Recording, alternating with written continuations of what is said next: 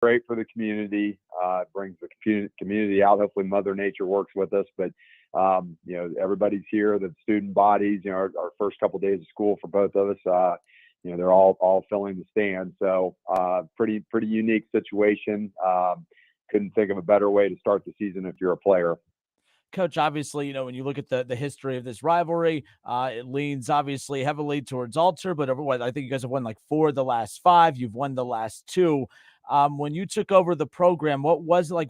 What's changed? Because it's not like Alter's gotten worse. They're still a great program, a legendary head coach. What's changed in your opinion? What did you feel like you needed to change as far as the perception and just the vibe of the program to look at Alter and say, okay, enough is enough. We're going to take control of this rivalry. What changed when you took over, in your opinion? Well, it's hard to say. I don't know what it was like before, so it's it'd be unfair for me to even comment on that. But my background, my roots, really kind of goes back to one word. It's work. So we went through a trial period. Really, our first year, the guys didn't really understand. Our very first workout, our first meeting, we had 50 kids show up. The next workout, and I thought it was kind of a moderately hard workout, honestly. The next workout, we had 20, and we kind of rode that roller coaster for the first year.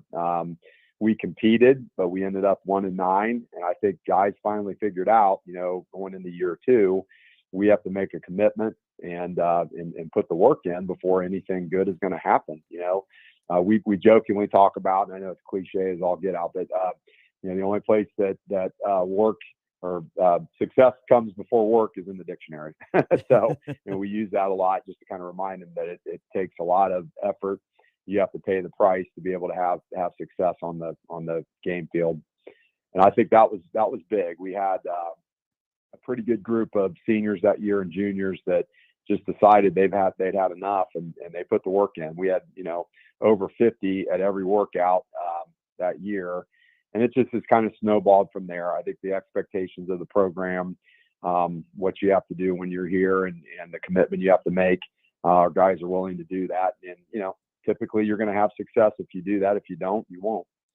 Coach, Coach Domside's talked about the importance of this matchup tonight. Obviously important for both teams. You want to start off the season with the win and build off that momentum. But he talked about what it meant to his seniors, because his seniors have yet to experience a win over your program. But just talk about, again, that's the angle for them. But the angle for you guys tonight, strip away the rivalry matchup of it. When you look at the tape of Alter, how have you prepared for this matchup tonight? Again, strip away the rivalry and all the extra noise that comes with this matchup. What is the tape telling you about Alter and how you guys are approaching this matchup the way they're approaching it for you? Well, number one, they're a very different team from a year ago. A year ago, it was pretty evident. They had 6 seniors. They were good seniors, but they were very young at pretty much every position. They return a lot of experience. We, on the other hand, don't. I wouldn't say we're a young team, but we don't have the experience that we did a year ago. So I think that's a dynamic. The bottom line for us, we don't. Without sounding cliche, we try hard not to prepare for opponents. We do, as far as what they're doing, structure, and that sort of thing. I don't think we've prepared any differently for them than we have the past few years. It's more getting our guys to understand, expectations each day and how they're expected to do things in practice. And hopefully, if you do enough of that, the outcome is going to take care of itself.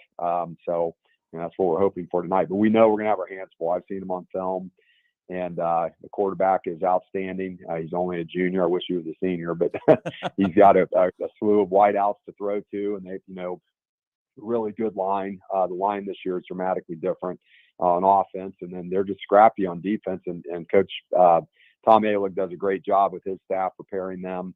They always give us one of our toughest challenges each year. So we know what's ahead of us there, but we just try to focus on us really more than not, and hopefully that takes care of itself when we get to game time. All right. Well, Coach, let's focus on you guys then, because the interesting thing, look, we know the style of offense that you run, but from what I read in the Dayton Daily News, it sounds like, although you're not going away too far from your identity, you have put a little bit more focus in the pass game. With the, losing some experience from last year, you do have experience at a very important position at quarterback, of course, with Baker returning for his second season. So just talk about just some of the tweaks that you've made, because Baker at quarterback trying to obviously replace a lot of the production from the run game last year, losing Drew Baker, of course. Just talk about what led to you wanting to kind of tweak the offense just a tad to take advantage of some of the weapons you have in the pass game. I think it just really comes down to that. I mean, number one, he can throw. And outside of that too, it wouldn't have mattered. I think we realized that this was kind of a deficiency for us, and we need to get better at it. And we tested it in the scrimmages. I can't tell you how much we're going to throw. It'll really come down to circumstances that kind of present itself. But we've worked on it an awful lot, and it shows. We did real well in our scrimmages.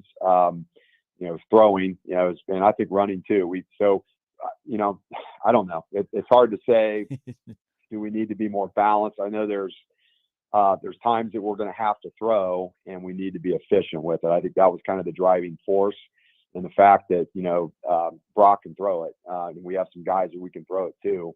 So we're just trying to utilize that, as much as we can, and be more productive on offense. Our defense has really kind of done the job, especially the last 4 or 5 years. They've been really good, and I feel like we have been kind of stagnant. So we wanted to try to just be more well-rounded, I guess, and be able to get ourselves out of bad situations.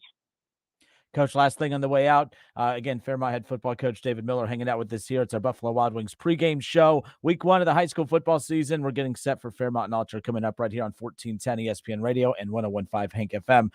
You lose a star player in Drew Baker, obviously, and it's going to be tough to replace his production, but you have the horses to do it. Just talk about some of the guys that are going to be kind of filling in his big shoes, of course, to take on that workload.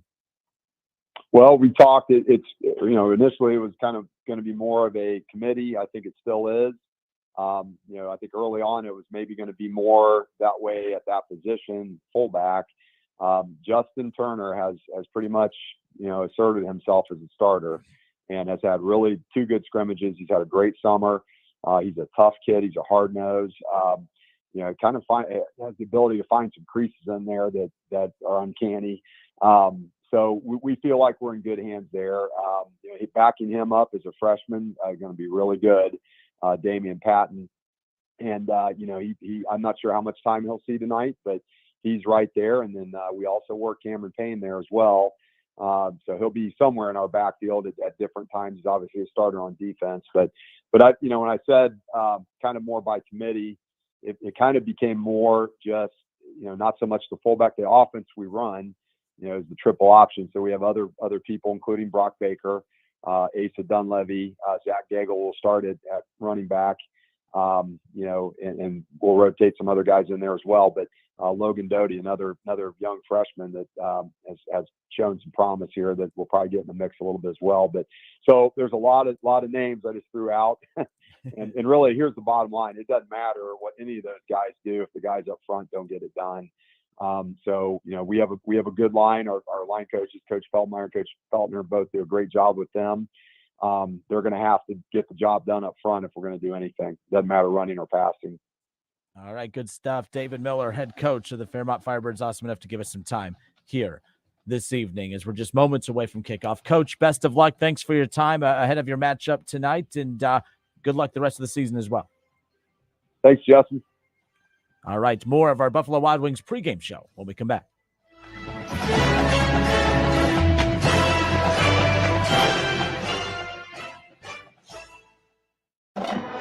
Welcome to today's game. This is Paul Keels, and you know how much I love broadcasting the Buckeyes, but I also love high school sports. On behalf of the OHSAA, let's all do our part to set a good example and make this a fun and safe experience for the kids involved. I know this game means so much to the players, coaches, and fans, but high school sports are about much more than the wins and losses. They teach life lessons that will be with the players long after their playing days are over. Good luck to both teams, and remember to respect the game. Hey, I'm college football Hall of Famer Keith Byers, and I'm here with John Glazier from Glazier Soft Water. Did you know we are Dayton's home of the Ohio State Buckeyes? Yes, I did. But did you know that Glazier Soft Water is the home of the 7-year, worry-free parts and labor warranty? We've been making water great since 1988. What were you doing in 1988? That was my 3rd year in the NFL with the Philadelphia Eagles. I had 10 touchdowns that season, and we made the playoffs in 1988. So you can say that we both have been doing great since 1988. Glazier Soft Water. Glazier Water is better water. There's just one place where students are students first, and athletics are played with purpose and perspective. That place is your local high school. High school sports offer more than the joy of competition. Studies show that student athletes in Ohio are also likely to enjoy greater levels of achievement in other areas of their lives, including academics. High school sports, a winning part of a complete education. This message presented by the Ohio High School Athletic Association and the Ohio Interscholastic Athletic Administrators Association. Okay, so website's done. Okay, great. But now we need to optimize it. Optimize? The build it and they will come mindset doesn't really work here. So what do we need to do? There's SEO, paid search, social media, text and mobile marketing, and... Yeah, we're going to need some help.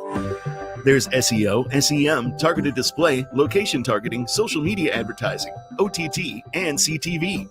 We have expertise that will get your business noticed, allowing you to focus more on your business. Go to alphadigitaldayton.com. That's alphadigitaldayton.com or call 937-519-0035. Alpha Media salutes the Bob Ross Auto Group for the impact they have in the Dayton area. For over 49 years, Bob Ross Buick GMC and Mercedes-Benz of Centerville have supported numerous charitable organizations and events. Giving back to the community is woven into the fabric of the organization by its founders, Bob and Norma Ross. An extension of the Bob Ross Auto Group is the Norma J. Ross Memorial Foundation. The foundation supports area youth, educates and promotes breast health, and provides resources to help those going through their breast health journey. Alpha Media salutes the Bob Ross Auto Group. Hey, it's Kirk Herbstreit from ESPN. Football has played a big part in my life, but football's also a lot more than just big plays, wins, losses, and championships. Football teaches young people about dedication, sacrifice, teamwork, and overcoming adversity. So let's respect the game and get out and support your local school. You'll be amazed of all the good things you see happening at Ohio schools. This message brought to you by the Ohio High School Athletic Association and the OHSAA Radio Network.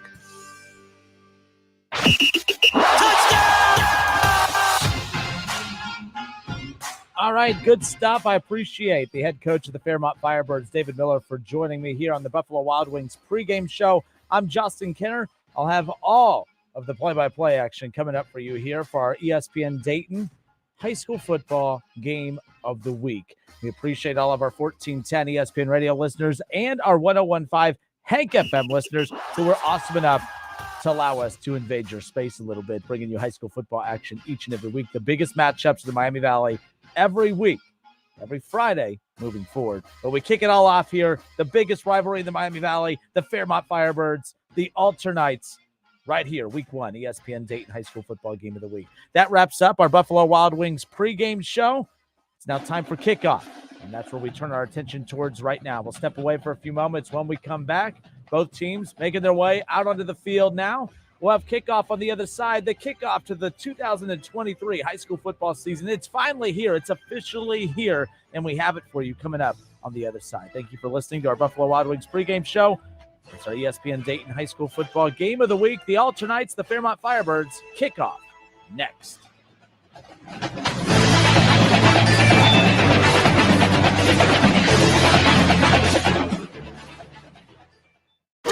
College Football Hall of Famer Keith Byers here to tell you about OGW Energy Resources. If you own a home or a business and want to save money, then going solar with OGW Energy Resources is the way to go. OGW Energy Resources have been helping the Miami Valley save money by going solar for over 14 years. There is no better time than now to look into going solar. For more information, check out their website at ogwenergyresources.com. Go solar today. OGW Energy Resources. Your energy, your future. Control it. There's just one place where students are students first, and athletics are played with purpose and perspective. That place is your local high school. High school sports offer more than the joy of competition. Studies show that student athletes in Ohio are also likely to enjoy greater levels of achievement in other areas of their lives, including academics. High school sports, a winning part of a complete education. This message presented by the Ohio High School Athletic Association and the Ohio Interscholastic Athletic Administrators Association.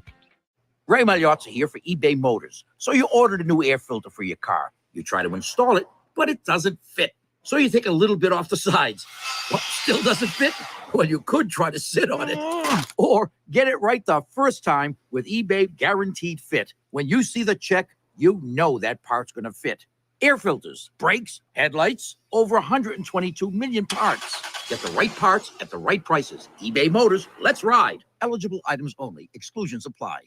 Have you ever noticed that when the afternoon light hits your floors, you can see everything, including dust? So much dust. And that floor dust gets kicked up into the air, compromising the quality of air you and your family breathe. Eesh. Swiffer Heavy Duty Sweeper is the fast and easy way to clean your floors with ultra-thick pads that trap and lock dust before it gets in the air. Just a couple minutes a day. And dust is gone. Swiffer Heavy Duty Sweeper. Proud partner of the American Lung Association. Summer rib season is back, baby, at Frickers. Join us for the perfect pairing of frickin' chicken chunks and baby back ribs together all summer long for only $14.99. Bring the whole family as kids 10 and under eat free from the kids menu all day, every day. Spend time with the family. Enjoy frickin' chicken chunks and baby back ribs all summer long for only $14.99, and kids 10 and under eat free only at the home for fun, food, sports, and spirits, Frickers. It's time for kickoff. We now send you down to the field for the ESPN Dayton High School Football Game of the Week.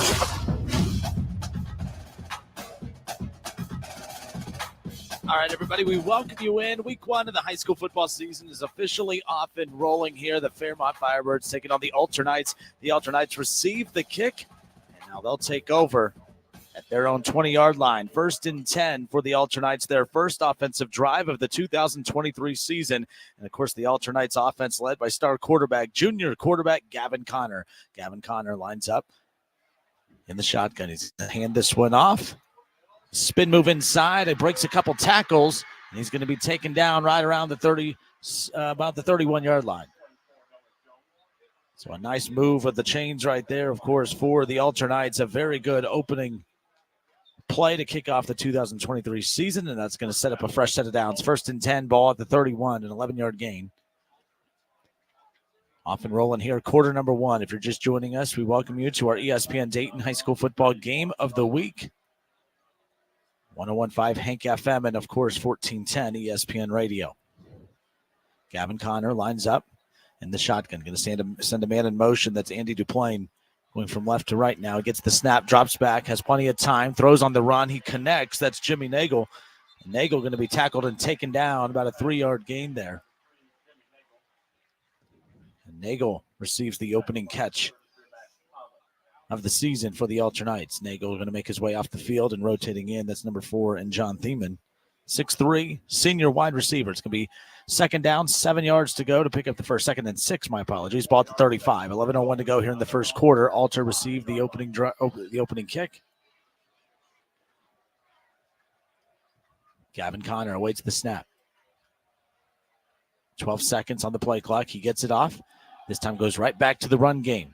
And he's swallowed up. Good defense by the Firebirds. And that was number 24, Noah Jones. Noah Jones, a 5'9", 183-pound sophomore running back. And he had a big carry on the first set of downs, and he gets a couple-yard gain right there. 3rd down, they need 3 for the first down. Fairmont trying to force Ultra's offense off the field. And, of course, we're learning a little bit about both teams here in the early going. How aggressive will Ultra be if they're not able to pick up this first down? 3rd down, they need 3 for the first. They have the ball at their own 38-yard line. Gavin Connor, quarterback for the Knights, setting up the offense. Big opportunity here for the defense of Fairmont, momentum-wise. And the officials blow the play dead. There's going to be a quick timeout on the field. There's a timeout out on the field. We'll take a timeout ourselves. When we come back, it'll be 3rd down and it'll be 3rd and 3. Ball at the 38-yard line. 10 fresh minutes remaining here in the quarter. We'll be right back. Hey, South Dayton, do you or someone you know need to get their driver's license soon? Montgomery County Clerk of Courts Mike Foley's Auto Title Division is proud to now be a designated testing location in partnership with Ohio BMV. When you schedule your driving skills test on the BMV website, just choose our Moraine Auto Title location at 5552 North Springboro Pike. Testing fees will apply. We even have weekend hours. Let's get you on the road. This news service is brought to you by Montgomery County Clerk of Courts Mike Foley.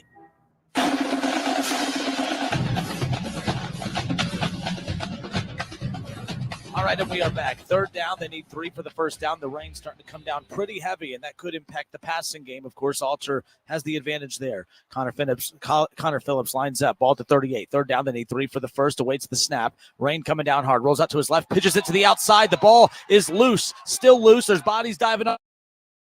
Picked up and recovered, and the Fairmont Firebirds will score first. A defensive touchdown will start the 2023 season, and this place is absolutely wild right now.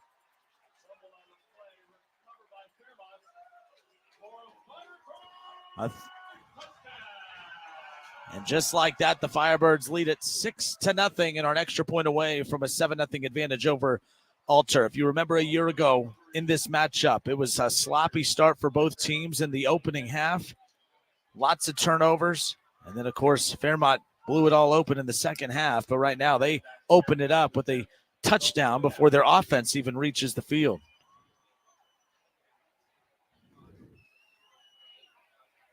Waits the snap for the extra point. It's Max Gehrig. And Gehrig again makes contact through the uprights, and the extra point is good. And the Fairmont Firebirds strike first, but they do it with their defense. Both teams make their way to the sideline. The rain coming down hard, and we got an exciting one here at Roush Stadium. We'll step away for 60 seconds. More of our WING High School Football Game of the Week on 101.5 Hank FM and 1410 ESPN Radio. We'll be right back. Hey, I'm College Football Hall of Famer Keith Byers, and I'm here with John Glazier from Glazier Softwater. Did you know we are Dayton's home of the Ohio State Buckeyes? Yes, I did. But did you know that Glazier Softwater is the home of the 7-year worry-free parts and labor warranty? We've been making water great since 1988. What were you doing in 1988? That was my third year in the NFL with the Philadelphia Eagles. I had 10 touchdowns that season, and we made the playoffs in 1988. So you can say that we both have been doing great since 1988. Glazier Soft Water. Glazier Water is better water. All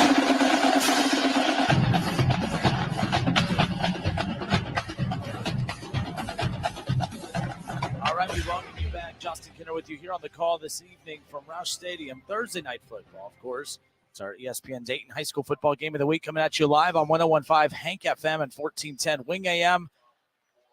The Alter Knights, the Fairmont Firebirds. Fairmont strikes first, a defensive touchdown at that.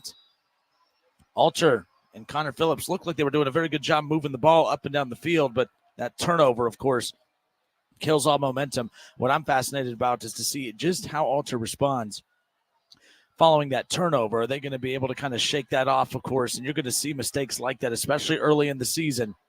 And the weather definitely not helping either. And the kick is in the air. It'll be a touchback. And that's where Alter's offense will take over. It'll be 1st and 10 from the 20 as the offense making their way back out on the field.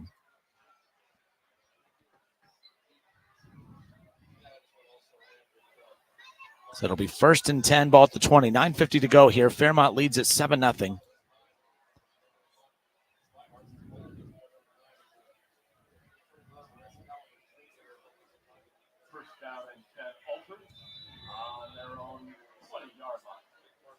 All right, now the defense out on the field, the offense out on the field. Now we're ready to go again. The second drive of the evening for the Alter Knights as they try to get something going. Connor Phillips, again, doing a very good job of spreading the ball around on that opening drive. Unfortunately, on the option, just a little too sloppy on the pitch, and that's what allowed Fairmont to capitalize on the turnover. And this time they're going to go right back to the run game, and that's going to be Noah Jones. Noah Jones, nothing really cooking there, maybe a yard if he's lucky, but good pursuit by the Fairmont defense. That was a 1st and 10 carry by Noah Jones at the 20.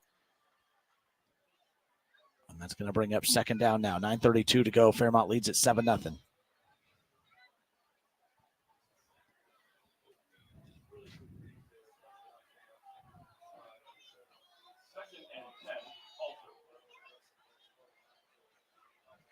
Of course, that opening touchdown drive presented by OGW Energy Resources.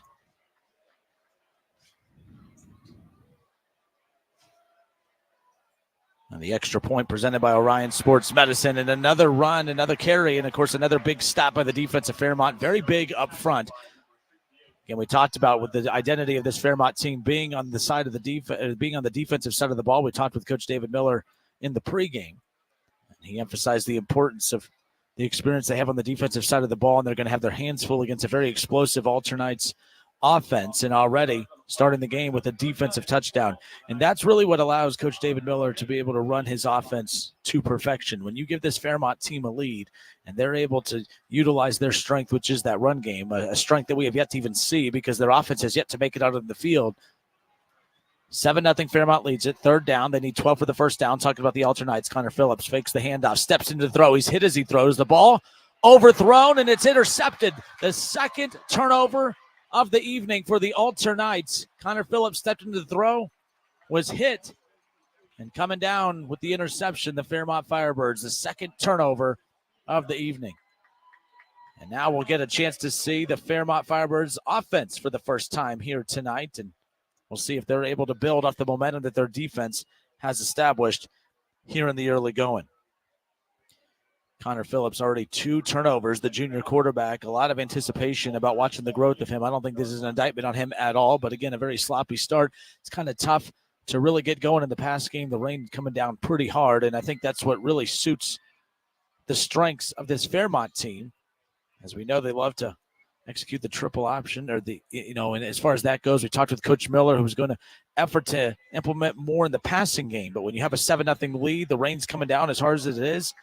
It'll be interesting to see just how much they even tinker with the pass game as they look just to sustain this lead. And that was on the 1st and 10.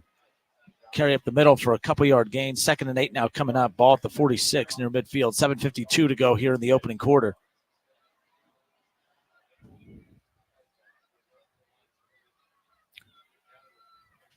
Brock Baker, 6'4", 195-pound junior quarterback.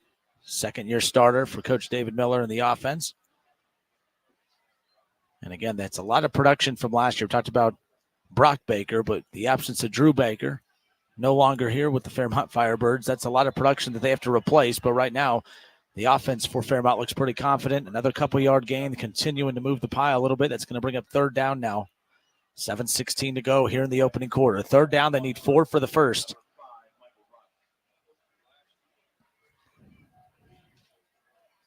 Again, if you're just joining us, you're listening to our ESPN Dayton High School Football Game of the Week, 1410 Wing AM and 1015 Hank FM.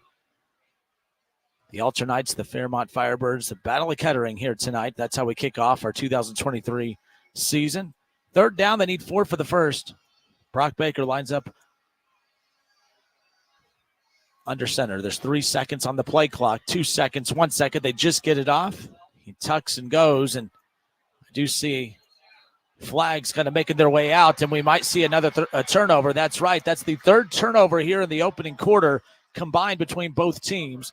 It was 3rd down and 4. They needed 4 for the first, obviously, and Brock Baker decided to keep it. But again, with the wet ground conditions due to the heavy rain that's been falling consistently throughout the pregame and through the opening quarter, that's their first turnover of the afternoon, and now that's going to give it right back to Gavin Connor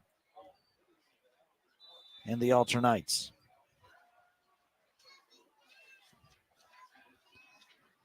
First and 10, a fresh set of downs. The third offensive possession for the alternates. They've yet to come away with any points on the board. Again, there was a turnover on the pitch to the running back, Noah Jones, and then, of course, the interception as he was hit when he throws. And this time they're going to go right back to the run game. That was Mike Rose. Gets a couple-yard gain up the middle. Second down now, 6. 2nd and 6 coming up. Ball at the Fairmont 44. Or at the Alter 44. 6:17 to go here in the opening quarter. 3 combined turnovers. One of those turnovers by Gavin Connor and the Knights led to a scoop and score by the Firebird defense, of course. And then on the opening offensive drive for Fairmont, they turn it over as well. 2nd and 6 now, ball at the Alter 44. Gavin Connor lines up under center. He's going to hand this one off. They're going to go right back to the run game, and he spun around and pulled down. I believe that was Rod Owens on the carry. 3rd and short coming up now. They need 2 for the first. Ball at the midfield marker, about the Alter 48-yard line again. 3rd and short coming up, 5:34 to go. Fairmont leads it 7-0. Alter trying to strike and get in the end zone and put some points up on the board. And their offense has been able to muster any kind of offense here in the early going. 3rd down now, 5:21 to go. That clock continues to tick, and now Gavin Connor lines up under center. The crucial possession coming up here. Gavin Connor again. This time he opts to keep it. He turns, tries to cut his way upfield, and again, got to give the Fairmont defense a ton of credit. They gave him no lanes to work with, and they swallow him up. He's about a yard short of the first. And now that's going to bring up a crucial decision here for Coach Domsides, and it looks like they might be sending some bodies out on the field for special teams in the punt unit.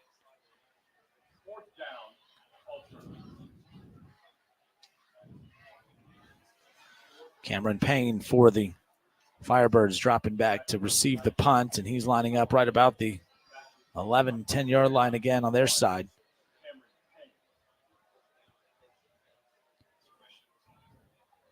Fourth and 1, ball at the 49, 4:27 to go. 7-0 Fairmont leads it. They're about to get the ball back.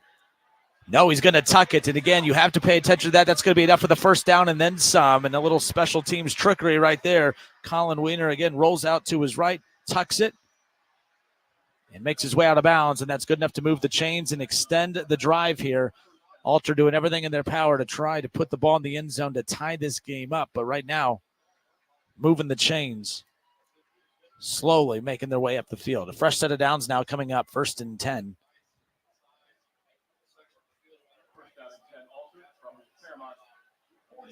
They now make their way into Fairmont territory. 1st and 10, ball at the Fairmont 41. Gavin Connor lines up under center. 1st and 10, ball at the 41. 4:19 to go. 7-0 lead Fairmont. Again, they're going to go back to the run game. They hand this one off to Rod Owens. Rod Owens, it's about a 4-yard gain here. They'll bring up 2nd down now. 4:06 to go. The clock continues to tick. Umbrellas blanket both fan sections for Fairmont and Alter. It is coming down pretty heavy right now. And, of course, that's really going to impact the passing game of Alter. It already has. Obviously, this game and this style of play definitely fits the strengths of Fairmont a lot more than Alter at this point. It takes away the strength of Alter, which is their pass game. As I say that, Gavin Connor under center. And, again, drops it, has to dive on it.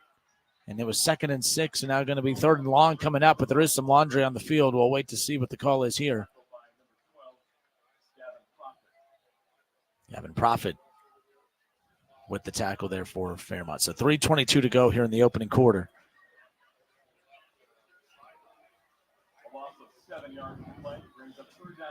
Crucial mistake right there. We've seen a lot of mistakes made by Alter here in the opening quarter. The first turnover of the night led to a scoop and score for Fairmont, which led to a 7-0 advantage. Second turnover was an interception. He was hit as he threw, of course, and nearly turned it over on that last possession right there. 3rd down, they need 14 for the first. Gavin drops back on the release, and he connects. Very nice pass, and that was actually one of the few times where he's had a few seconds in that pocket to be able to just to kind of scour the field a little bit and see what's in front of him, and he was able to connect on the 3rd and long.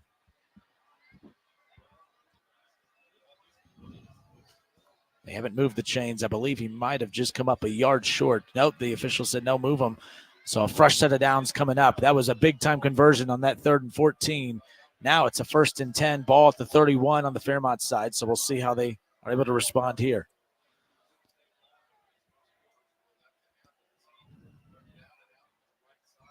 $2:21 to go here in the opening quarter. It's been a physical contest already here, 1 quarter in. Gavin Connor.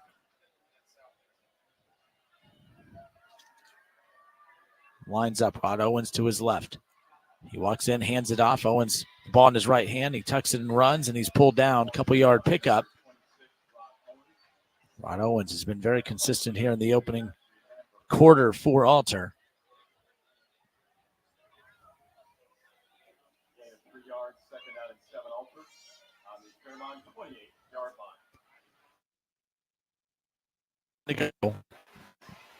Ball on the 28, 1:41 to go.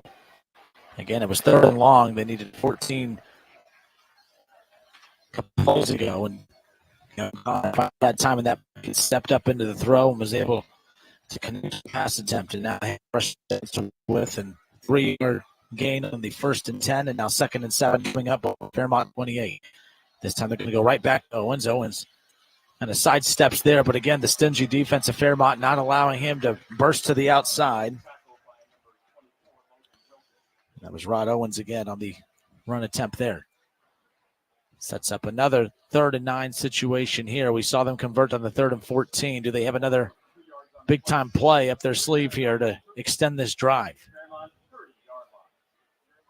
Jimmy Nagel comes back in, the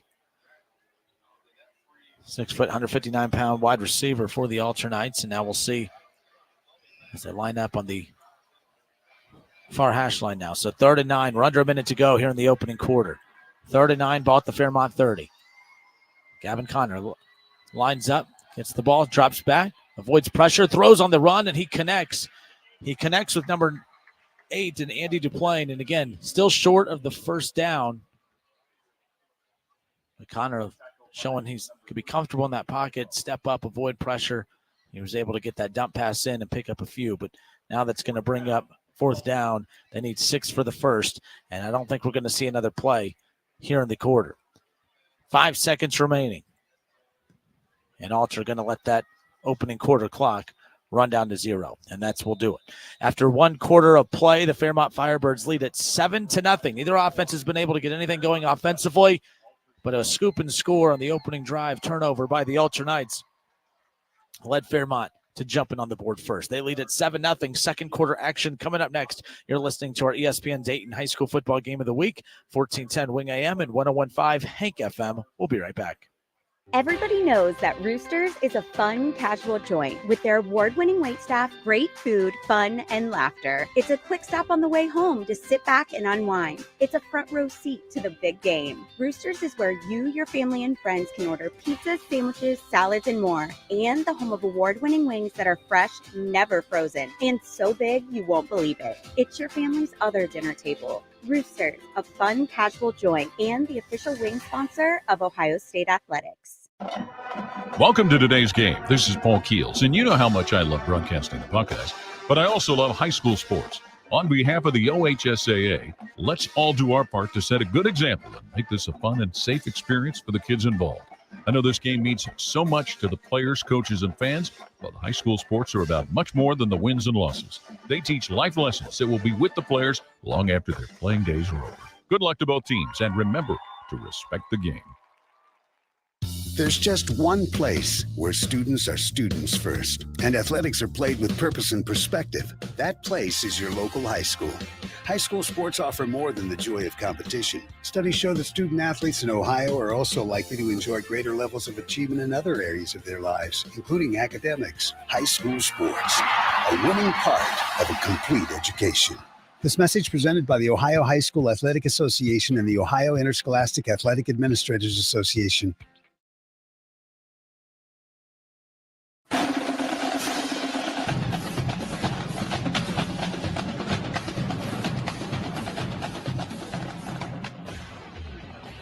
All right, everybody, we welcome you back. Second quarter action here from Roush Stadium. It's our ESPN Dayton High School Football Game of the Week. The Alternites, the Fairmont Firebirds. Second quarter officially underway. Can the Alternites had a 4th and 6 coming in to start the quarter, and of course they did not convert. The defense for Fairmont just continuing to dominate here tonight. And now we get to see the second drive offensively for the Firebirds. They turned it over near midfield on their opening drive. They only had one offensive drive in that opening quarter.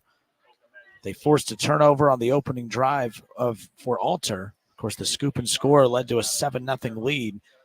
That touchdown, of course, presented by OGW Energy Resources in Tip City, taking care of your solar needs for 15 years. Your energy, your future. Control it. Second offensive possession here of the evening for the Fairmont Firebirds. Second down, they need 2 for the first. They have the ball at their 35. Brock Baker directing traffic, lines up under center, sends a man in motion, turns, hands it off. A couple yard gain of maybe a yard or two short of the first nonetheless, but that's going to bring up a 3rd and short coming up, 11:06 to go here in the quarter. Tony Bruno making his way out onto the field for Fairmont, rotating in.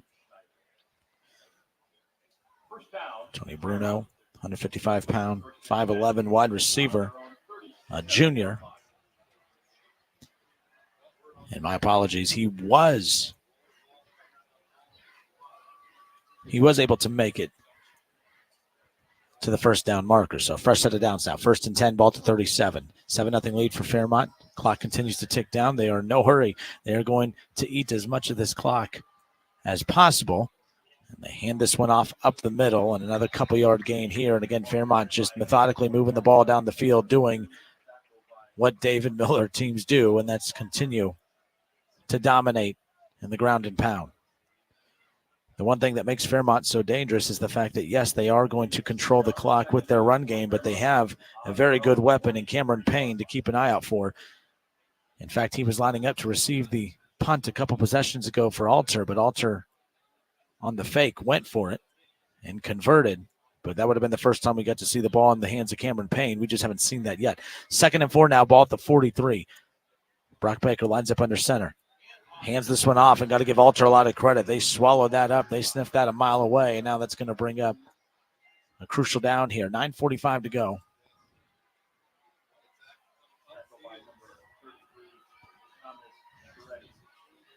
$9:36 to go here in the half. 3rd down, they need 4 for the first. They have the ball at their own 43. Talking about the Fairmont Firebirds, of course. Brock Baker looks over to the sideline, waiting to receive the play call. Brock Baker eyes the defense, sees what's in front of him, lines up under center. 3rd down, they need 4. 8 seconds on the play clock. They pitch it out. Cameron Payne hesitates, bursts up that far left sideline, and the big-time playmaker right there shows that explosiveness that we talked about in the pregame. Makes his way up that left sideline and moves the chains. A fresh set of downs for the Firebirds coming up now.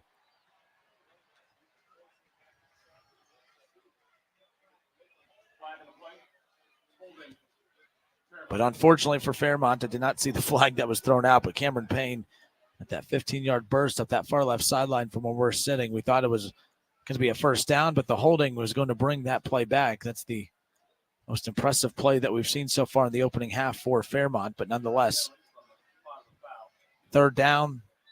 Now they need 7 for the first. They move back to their own 40. Fairmont leads at 7-0. 3rd and 7, ball at their own 40.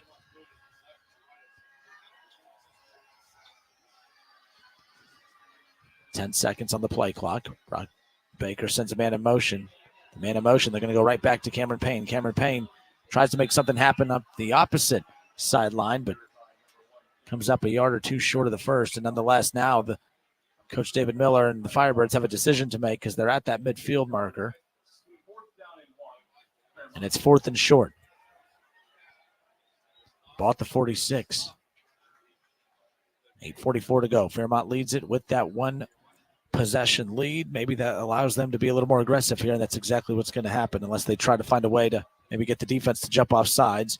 We'll see if they're actually going to commit to running a play here. 4th and short, ball at the 46. 7 seconds on the play clock, 8:27 to go. They do go for it. The handoff up the middle. He powers his way through. Doesn't pick up a big amount, but he picks up just enough, and that's going to move the chains. Another first down for Fairmont. So the chains move. The offense looking very confident right now on the field. I was very curious to see how this offense was going to look after watching Drew Baker last year graduate and move on. I mean, my gosh, that guy was just a walking 100-yard game almost every single week for the Firebirds last year, but they've done a good job spreading it out to try to replace some of his production nonetheless. 1st and 10 now, ball at the 49. Under 8 minutes to go here in the half. Fairmont leads it. Baker opts to keep it himself. Good defense by Alter there. They swallow it up. Nothing cooking there. That's going to bring up 2nd down.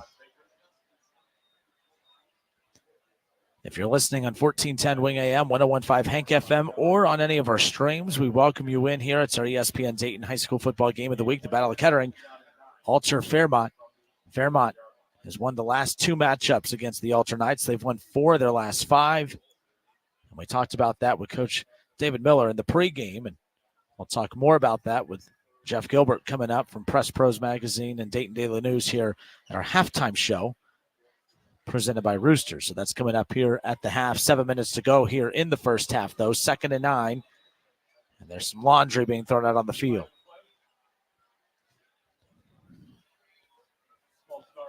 So a false start by Fairmont. So we've seen a few penalties here for Fairmont on this drive. We saw first down that was called back a few plays ago. Now the false start. Again, these are some of the mistakes that a little bit more forgivable in week one. We've seen some sloppy play from Alter on the offensive side of the ball, some possessions that they would love to have back, especially with the big-time playmaker they have at quarterback in Gavin Connor. Some of those are week one jitters, of course, and a lot of it had to do with the heavy rainfall that was coming down, but it looks like the cloud and the weather kind of cleared out a bit. It's a beautiful night for football nonetheless, and a handoff up the middle.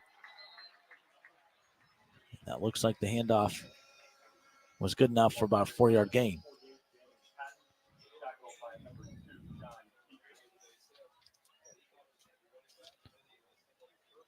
So now it's going to bring up 3rd and long now.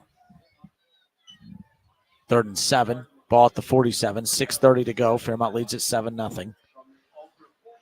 The only touchdown up on the board, of course, came from the defense. Brock Baker and company trying to put the first offensive points of the night for either team up on the board. 3rd and 7, ball at the 47. Baker sends a man in motion. He tries to step in, and he's swallowed up, and a big-time defensive stop right there for the Alter Knights.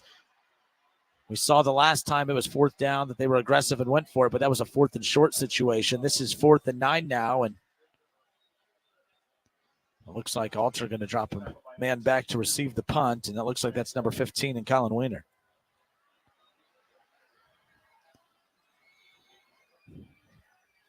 Fourth and 9 at the 50. That's where they'll punt from. We're under 6 minutes to go with both teams. I mean, a lot of it has to do with the weather, really leaning heavy on the run game, of course. This has been a very fast-paced game here in the opening half.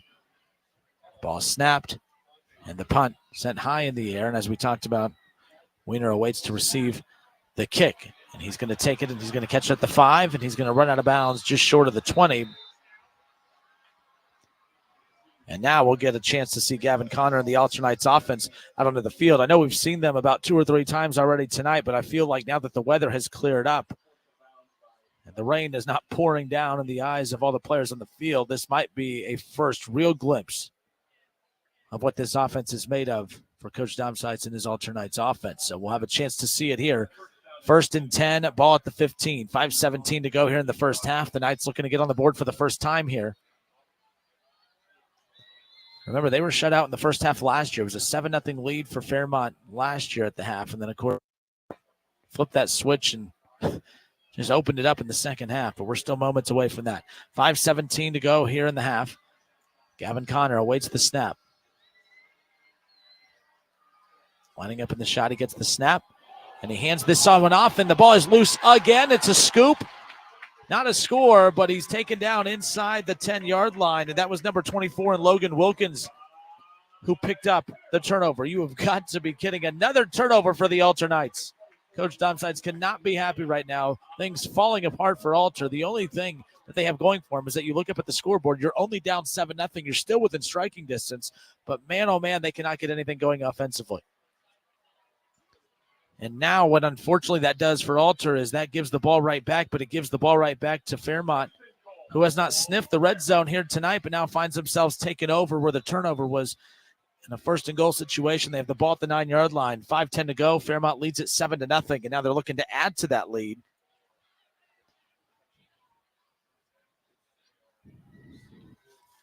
Big opportunity here for Brock Baker and the Firebird offense as they look to make this a 2-possession lead.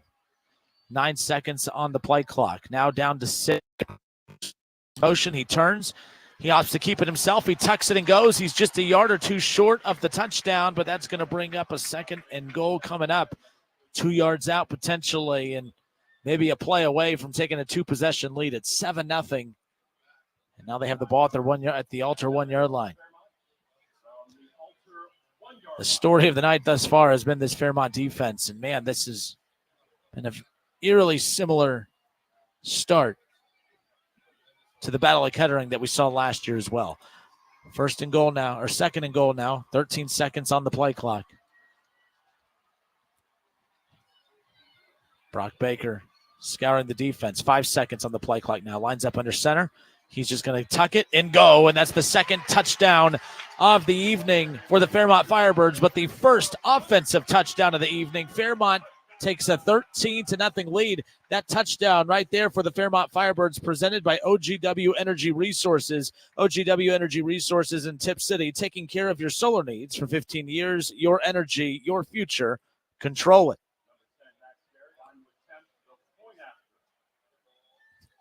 And now the Orion Sports Medicine extra point opportunity coming up here for the Firebirds. They look to take a 14-0 lead. The snap, the hold, the kick. And the extra point is good. The extra point makes it 14-0. That extra point again presented by Orion Sports Medicine. All right, 14-0 lead for the Firebirds. How will the Alternites respond offensively? They'll receive the kick, and we'll get another chance to see Gavin Connor and this Alternites offense. We'll be right back. 14-0 lead for the Firebirds. Want to try the best in boneless chicken? Head to Lee's Famous Recipe Chicken and pick up a 10-piece strips meal.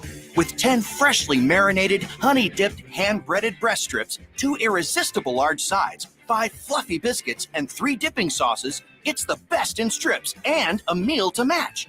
Bring home dippable, craveable perfection for the whole family with a Lee's Famous Recipe Chicken 10-piece strips meal at a great price. Only at Lee's, famous for chicken.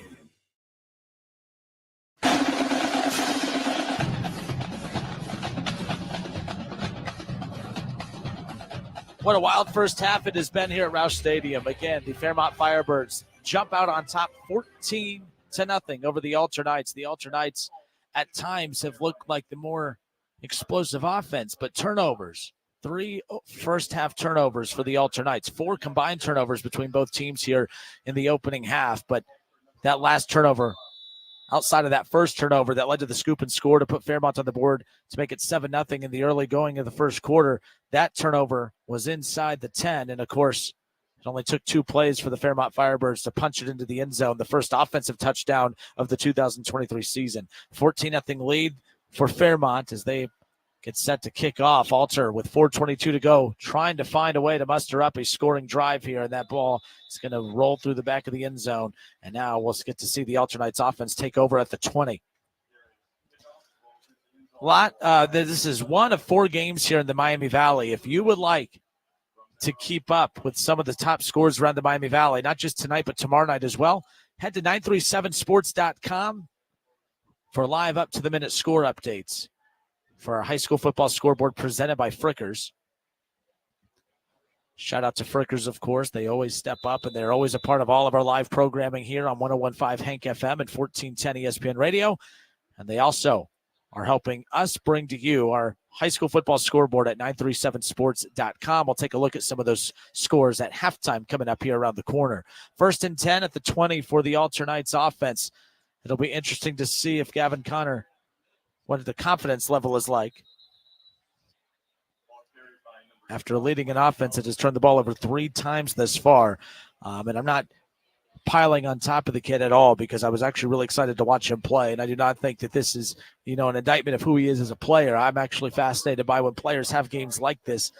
How do they battle through adversity? How do they kind of shake it off? And I think right now this is a great opportunity for him. And I think a lot of scouts also pay attention to that type of stuff as well. I think how you respond to bad starts like this gets scouts' attention more than the mistakes that have been made in the early goings of a week 1 matchup, that's for sure. 2nd and 5 now coming up, all to 25, 3:41 to go. They trail 14-0. Connor sends a man in motion. He fakes the handoff, steps in, throws, and the receiver just was not paying attention. And had he been paying attention, that would have been a first down. That his intended target there was number 26 in Rod Owens. Now that's going to bring up a 3rd down, 3rd and 5 coming up, ball at the 25. That incomplete pass stops the clock at 3:34. Alter trying to find a way to move the chains here. We have seen so many big stops defensively from this Fairmont defense here tonight. Do they have another one in them? Crucial play right here, really for both teams. Fairmont has a chance to retain momentum here, and right now, they desperately need a first. Rolls out to his right, connects on the run, and on the receiving end, that's Carter Sheets, a senior 6'4" wide receiver, and Sheets jumps up and grabs that one down to pull it down, and that moves the chains. And most importantly, it silences the momentum of the Fairmont Firebirds. From our vantage point, Alter moving the ball right to left. 1st and 10, the ball at their own 35 with 3:18 to go. They're looking to put points on the board by any means necessary. They do not want to head into the half trailing 14-0, and that's what they currently trail right now. 13 seconds on the play clock. 3:06 to go in the half. 14-0 they trail. Connor waits the snap. Connor hands this one off. Still on his feet, and that's going to be enough for the first. It's the first time tonight where we've seen back-to-back first downs by this Alter Knights offense. And you can tell when they're not turning the ball over, they have a lot of explosiveness, whether it be in the run game and the pass game, a more well-rounded offense than what we've seen from Fairmont. But Fairmont, a more well-rounded approach to offense and defense at this point, and that's what's led to their suffocating 14-0 start here. 2:41 to go here in the opening half. Justin Kinner with you here on the call, 101.5 Hank FM, 1410 ESPN Radio. Week 1 high school game of the week. Gavin Connor waits the snap, drops back, steps into the throw, goes attacks that far right sideline. His intended target, Carter Sheets, the 6'4" wide receiver, just not tall enough to go up for that overthrow of a pass along that sideline. That stops the clock and brings up 2nd and 10 now, ball at the 46.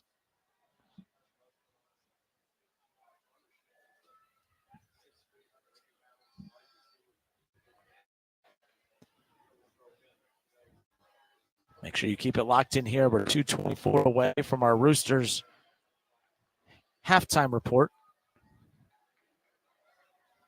Gavin Connor awaits the snap, gets the snap, drops back, avoids pressure.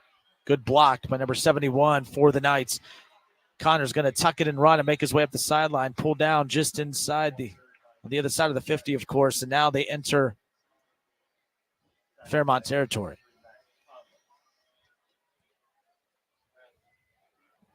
Gavin Connor comes up. He's kind of hobbling a little bit. That's not a good sign if you're an Alter fan, really. I mean, you never want to see anyone get hurt. I'm not saying Fairmont's happy to see that, but if that does limit the explosiveness of the star quarterback for the Knights, that is a plus for Fairmont, of course. But Gavin Connor, hobbling and all, steps in, waits the snap. 3rd and 2 now. Gets it, steps up. Throws on the run, intended target number 5, and that's Michael Russ who comes down with the reception. A huge play right there, and you got to give Gavin Connor a ton of credit. There's been a lot of mistakes made on the offensive side of the ball, so many turnovers. He's hobbling. He could barely put any weight on that left foot, but he has toughened it out, and he stepped up with the defender rushing down on him, steps into the throw and connects. Michael Russ, shout out to him, 6'1" senior wide receiver. He comes down. Gavin Connor now lobs this one up. His intended target, running back number 24, Noah Jones. And Noah Jones bursts to the far corner, and he's going to be shoved out of bounds just a couple yards short of the touchdown. And now all of a sudden, Alter is rolling offensively. And now they're a couple yards away from putting up their first points of the ball game. 1:15 to go here in the half.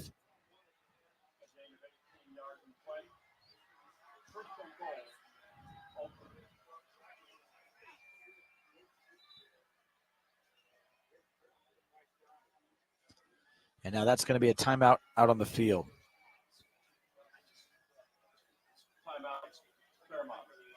So Fairmont decides to call the timeout right there. And again, smart call there by Coach David Miller. Again, trying to slow down the momentum of the Alter Knights, who have all of a sudden woken up offensively. We'll go ahead and keep it here. Again, coming up in our Roosters halftime report, we'll hear from Jeff Gilbert from Press Pros Magazine.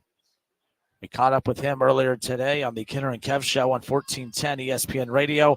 We'll preview, talk about what this rivalry means, the Battle of Kettering, of course, and what it means to the Miami Valley, but we'll also talk about some of the biggest matchups in the Miami Valley tomorrow, Friday night, high school football action, and that's our halftime report coming up here. Plus, we'll have full first half stats and analysis immediately following our conversation with Jeff Gilbert. And then we'll get back to second half action. Here we go now. Both teams make their way back out on the field following that timeout. 1:13 remaining. It's a 14-0 lead for the Fairmont Firebirds, and they're looking to hold on to that 14-0 lead, but the Alter Knights, they have other plans. Right now, Gavin Connor lines up under center. It's 1st and goal. The ball at the 2-yard line, and they hand it off, and that's going to do it. The first touchdown of the evening, the first touchdown of the season for the Alter Knights, the Alternites in the run game. They punch one in for the OGW Energy Resources touchdown. OGW Energy Resources in Tip City, taking care of your solar needs for 15 years. Your energy, your future. Control it. 14-6. And the Alternites are an Orion Sports Medicine extra point away from making it 14-7. The snap, the hold, and the extra point is up. And is good. 14-7. A much-needed touchdown, and whether it was a touchdown, a field goal, or whatever, much-needed points for the Alternites as they trail by one possession now. 14-7. Fairmont still with the lead. They'll receive the kickoff and have a minute 10 to work with when we come back. Everybody knows that Roosters is a fun, casual joint with their award-winning waitstaff, great food, fun, and laughter. It's a quick stop on the way home to sit back and unwind. It's a front row seat to the big game. Roosters is where you, your family, and friends can order pizzas, sandwiches, salads, and more. And the home of award-winning wings that are fresh, never frozen, and so big you won't believe it. It's your family's other dinner table. Roosters, a fun, casual joint, and the official wing sponsor of Ohio State Athletics. Get the best quality paints plus 11% off everything at Menards. We offer a great selection of interior and exterior paints from popular brands like Pittsburgh. Change the look of your home's exterior with Ultra Paint and Primer in one. It provides a great adhesion and durability. Right now, a gallon of Ultra exterior paint is only $25.79 after 11% off. Good through August 20th. Savings are a mail-in rebate. Some exclusions apply. See store for details. Save big money at Menards.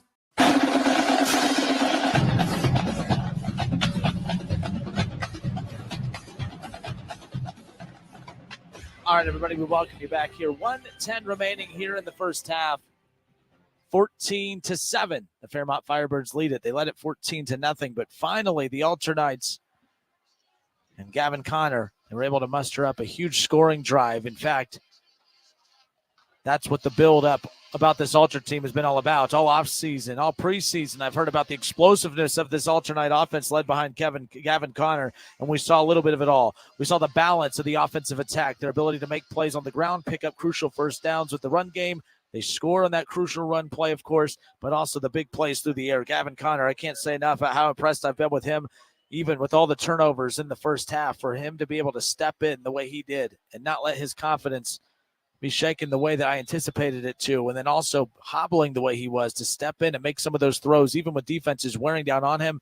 Got to give him a ton of credit on that scoring drive. And now the kickoff, and now will be carried again from inside about the 17-yard line. He'll be pushed out just short of the 30, and that's where we'll see the Fairmont offense take over with 1:07 to go here in the first half.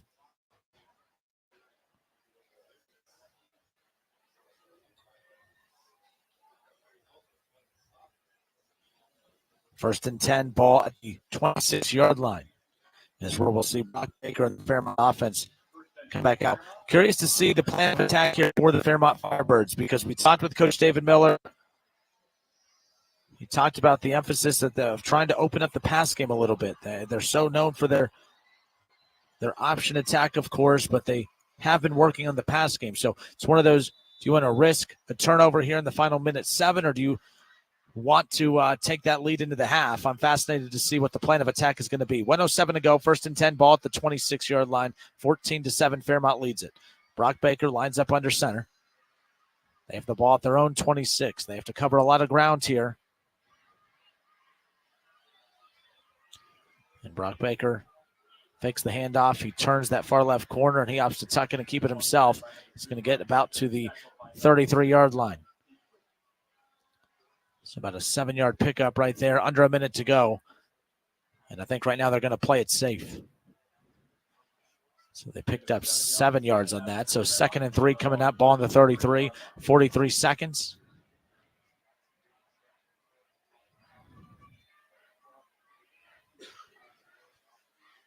$16 seconds on the play clock, and it doesn't look like they're in a hurry to get a play off here. Again, they're opting to just eat this clock and head into the locker room with a 14-7, 7-point advantage. Brock Baker sends a man in motion that looks like Payne. And again, a couple yards up the middle. Justin Turner there that gets the handoff and goes up the middle for a couple-yard gain. That's enough to pick up the first down. Clock stops on the first down, but now it picks up again. 15 seconds, 30 seconds on the play clock, and I think that's going to do it for the first half. 6 seconds, 5, 4, 3, 2, and 1.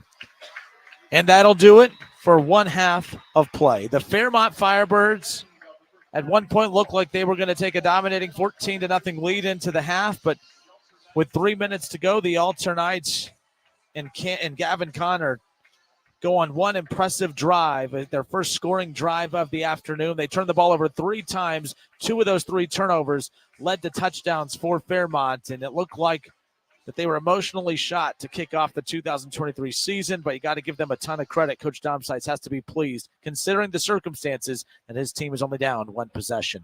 14-7, Fairmont leads it after 2 quarters of play. We now head to halftime for our Roosters halftime report. We'll hear from Jeff Gilbert with Dayton Daily News as we'll preview some of the biggest matchups in the Miami Valley for tomorrow night, of course, and we'll also talk about some of the big matchups kind of going on tonight around the Miami Valley as well. You're listening to our ESPN Dayton High School Football Game of the Week on 101.5 Hank FM. We'll step away for a bit. We now send it to the Roosters halftime report.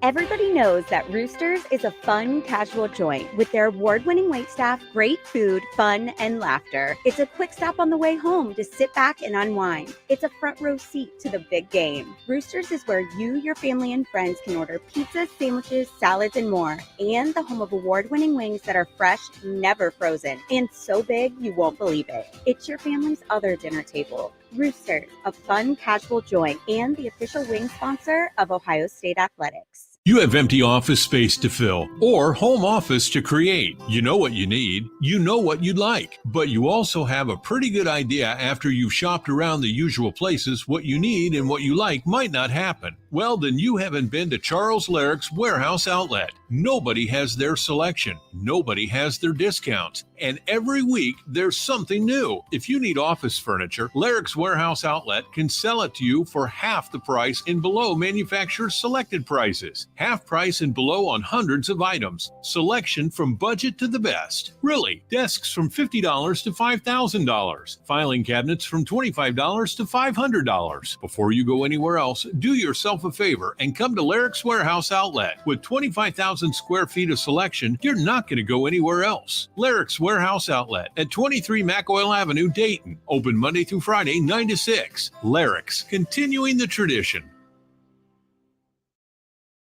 The Reds are on the radio. Every hit, every strikeout, every Reds victory. You can catch all of the action all season long right here on Dayton's home of the Reds, 1410 ESPN Radio. What do basketball, choir, drama club, and marching band all have in common? They're all high school activities that offer learning opportunities not necessarily found in the classroom. They take up just a fraction of a typical Ohio high school's budget, and they go a long way to giving young people the tools they need to thrive. High school activities, they're more than extracurricular. They're extra important, too. This message presented by the Ohio High School Athletic Association and the Ohio Interscholastic Athletic Administrators Association. This isn't Madison Square Garden. These drills probably won't make anyone a #1 draft pick. But these players are practicing for something important. While they work on their jump shots, they're also learning teamwork, discipline, self-confidence, how to deal with wins and losses. Skills that will make them winners long after they leave the court. Support high school activities in your community, because when kids take part, they get set for life. Don't give in to that constant joint pain. Take control. Take back your quality of life today with help from QC Kinetics. Hey, it's Keith Byers. QC Kinetics is helping people every day, here and across the country. They're amazing non-surgical treatments that repair and restore damaged joint tissue. They use the latest advances in regenerative medicine, taking your own body's healing agents and concentrating them in the right area where you have that agonizing pain.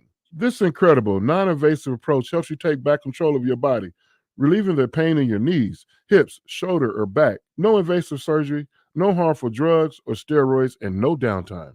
Listen, summertime needs to be about having fun and making memories. Golfing, hiking, enjoying the outdoors. Take control now and start living pain-free again. Call now for your free consultation with QC Kinetics, the nation's leader in regenerative medicine. 937-936-0325. That's 937-936-0325. I lost my brother. I lost my sister. I lost my best friend.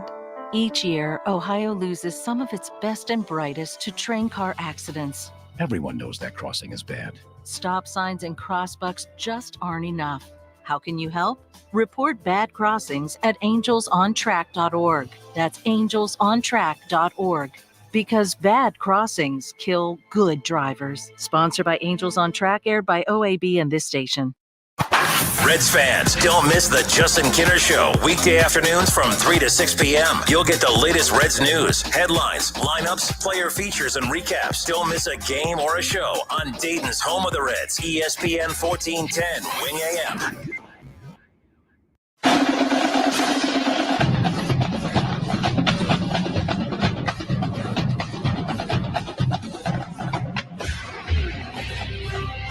Justin Kinner back with you here on 1410 ESPN Radio. High school football action kicks off tonight, week 1, and we have our high school football game of the week. 1410 ESPN Radio and 101.5 Hank FM. The biggest rivalry in the Miami Valley, the Alter Knights and the Fairmont Firebirds. Fairmont, winners of 2 straight.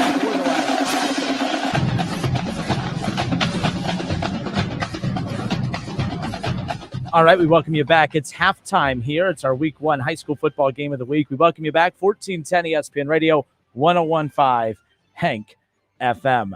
It's been a good first half. We're excited to get back to second half action. But while we have a pause here at the half, I'm excited to catch up for our halftime interview here on the Roosters Halftime Show with Jeff Gilbert from Dayton Daily News and Press Pros Magazine. And again, an exciting matchup. There's been a wild rivalry here in the Miami Valley, and what a turnaround since David Miller had taken over the Fairmont program back in 2017. They've won 4 of the last 5. They've won the last 2. Before David Miller got here, they had lost, 13 straight. It's been unreal. But nonetheless, you could see what all the hype is about. It's an exciting first half, and we're jacked up for second half action coming up around the corner. Jeff Gilbert hanging out with us, Dayton Daily News. Jeff, it's been a while, my friend. Welcome. I'm doing well. It's hard to believe we're here this time of year already. It kind of hit me a little bit. I mean, we're doing our normal stuff. I think what it is that the Reds are good this far into the season. It's thrown me off. I keep thinking it's April because the Reds usually just give us April sometimes. So it feels like April to me with talking about the Reds being in contention, but it's August and there's a lot going on. But Thursday night, obviously, 4 games, games here in the Miami Valley. The headliner, of course, Alter Fairmont. This is a big one, regardless of whether it's a Thursday, a Friday, or August or July. This is a huge matchup, Jeff, and just you've been covering high school football for a long time. What does this matchup mean to you? The significance of this rivalry, what does it mean to you? Well, I think it is important. It's certainly, it's a cross-town thing. They plan it on the Thursday night, brings a little more attention to it. It's opening night. And so I think that adds to it. I think it makes people outside of Kettering notice and care. If you follow high school football kind of around the area more than just your team, this is certainly a game you're interested in. There'll be people there tonight who just like to go to games. There'll be coaches there scouting and those kinds of things. So yeah, it'll be full. It was full last year. So I mentioned this a little bit ago. Obviously, Alter dominated the series for a long time, 13 straight wins, and then David Miller takes over at Fairmont. I caught up with him earlier today, and I basically asked him, I go, when you took over, what was the approach to this matchup? What was it that, you felt was lacking from previous teams that you needed to kind of re-grasp a little bit to kind of turn the tide a little bit? Of course, he didn't really give, he wasn't going to bash any, one previous, and that's not really what I was asking him to do. But he just said it's really not so much about the Alter series as it is just about who they are as a program. But what is it about David Miller and the way in his approach from the way you've covered this to how he's turned this around? Well, I think he gets his team prepared to execute what they do, and they're not fancy. But I think they do what they do very, very well. I think he's made them believe that they can be competitive. I mean, he's made them believe they can beat Alter. They've got a win over Springfield here. Was it 2 years ago? When Springfield goes to the state final. So I think there's a belief over there that like we can do this. We don't have to be a team that passes you silly. We can go with our ground game. We can wear you down. We can beat you up, and we can beat you. And they haven't had that 9-1 season, but boy, they're just so much better and so more competitive than they were for quite a while. So he's just brought a real toughness to them, and I think they've responded no matter what style it is that they play. Jeff Gilbert hanging out with us again here as we're talking all things high school football week 1. As Jeff said, to start things off, it's kind of shocking that we're here, but it is upon us. 4 games tonight, a big slate of games tomorrow night, and heading into the weekend, of course. But obviously, we're highlighting our game of the week, which is Alter and Fairmont. 7 o'clock kickoff coming up here later on today. So with that being said, the thing that I found most interesting, David Miller talking about, like, they've been so focused on that triple option, and sometimes obviously you can control tempo and it gives yourself a chance against some better teams, like we saw against Springfield when they knocked them off. But they're adding a little bit of a wrinkle. They've kind of focused on the passing element. They're not kind of going away from the identity of the triple option, but they are adding more passing wrinkles. I think that's smart. I think you've seen in situations, Jeff, in the past where they get down and you kind of limit yourself. Sometimes you're asking a team to pass that doesn't have a lot of experience doing it. It's been interesting kind of hearing him talk about the focus being, hey, let's implement this in practices in the offseason so that it's not foreign to them when they are in position where they do have to drop back to pass the football. Yeah, and I'm looking forward to seeing that. I've been hearing about that here the past few days. Oh, they're doing this, and of course he's not giving away any secrets. He's had some scrimmages. People have seen him do this, and it'll be interesting to see how much he throws it when he's ahead. It'll be interesting to see how quickly he goes to it when he's behind. And what does throwing the ball 6 times would be a big increase for him, right? Does he mean we're going to throw it 12 times? We're going to throw it 10 times? That'll be interesting to see. But yeah, getting behind has been the bugaboo for them. But boy, when they get ahead when they get up on you and they control that clock and shorten the game, and you get the ball like 5 times, that's what they win that way. But I think he's wise to do this to find, and obviously he probably thinks Brock Baker and some of the guys who he can throw it to are guys who can execute and do this, because if he didn't think they could do it, I don't think he'd try it.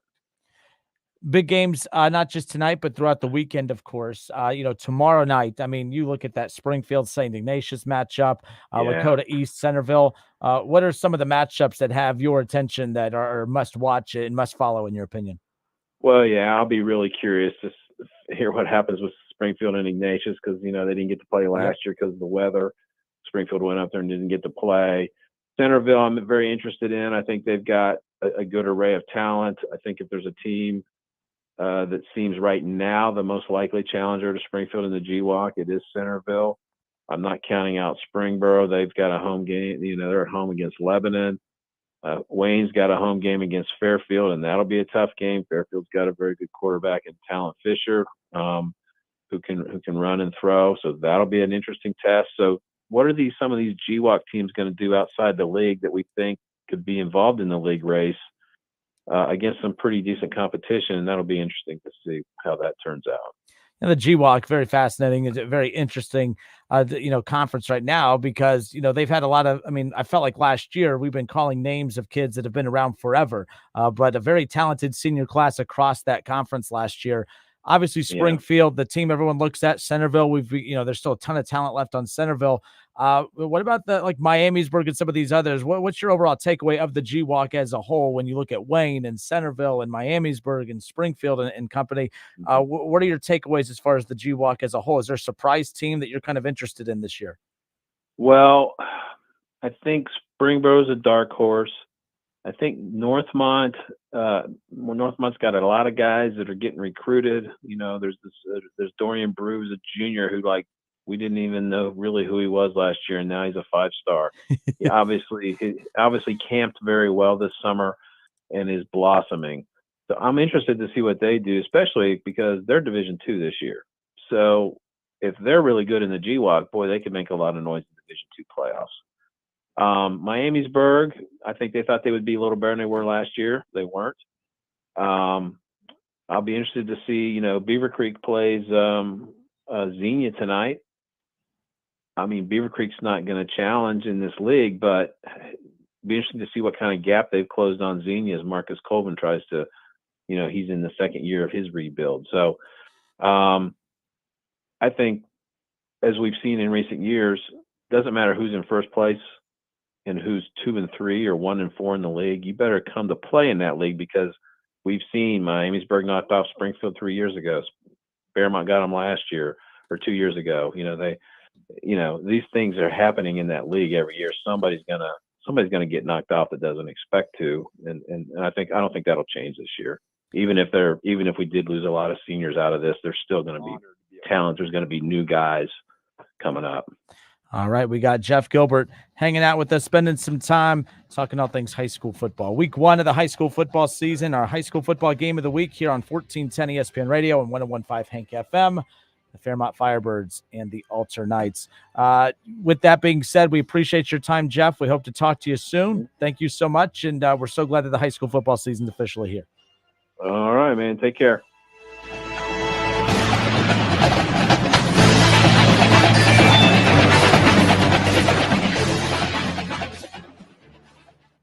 You have empty office space to fill or home office to create. You know what you need. You know what you'd like. But you also have a pretty good idea after you've shopped around the usual places what you need and what you like might not happen. Well, then you haven't been to Charles Larrick's Warehouse Outlet. Nobody has their selection. Nobody has their discounts. And every week, there's something new. If you need office furniture, Larrick's Warehouse Outlet can sell it to you for half the price and below manufacturer's selected prices. Half price and below on hundreds of items. Selection from budget to the best. Really, desks from $50 to $5,000. Filing cabinets from $25 to $500. Before you go anywhere else, do yourself a favor and come to Larrick's Warehouse Outlet. With 25,000 square feet of selection, you're not going to go anywhere else. Larrick's Warehouse Outlet at 23 McOil Avenue, Dayton. Open Monday through Friday, 9 to 6. Larrick's, continuing the tradition.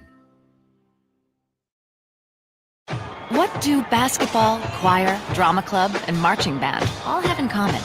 They're all high school activities that offer learning opportunities not necessarily found in the classroom. They take up just a fraction of a typical Ohio high school's budget, and they go a long way to giving young people the tools they need to thrive.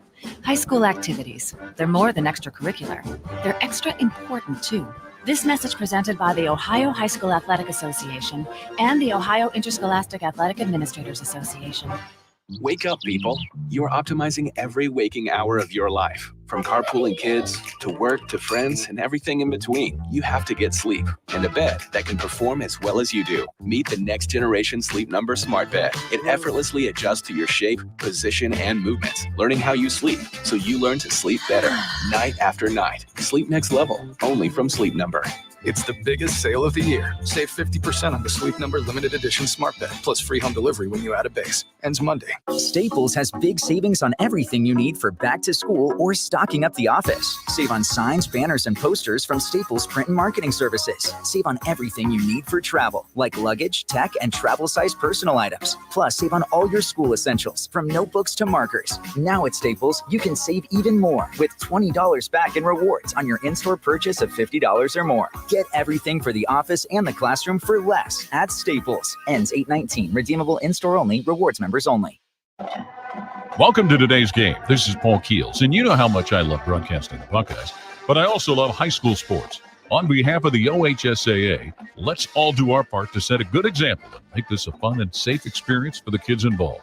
I know this game means so much to the players, coaches, and fans, but high school sports are about much more than the wins and losses. They teach life lessons that will be with the players long after their playing days are over. Good luck to both teams, and remember to respect the game. Ray Magliozzi here for eBay Motors. So you ordered a new air filter for your car. You try to install it, but it doesn't fit. So you take a little bit off the sides. What, still doesn't fit? Well, you could try to sit on it. Or get it right the first time with eBay Guaranteed Fit. When you see the check, you know that part's going to fit. Air filters, brakes, headlights, over 122 million parts. Get the right parts at the right prices. eBay Motors, let's ride. Eligible items only. Exclusions apply. Have you ever noticed that when the afternoon light hits your floors, you can see everything, including dust?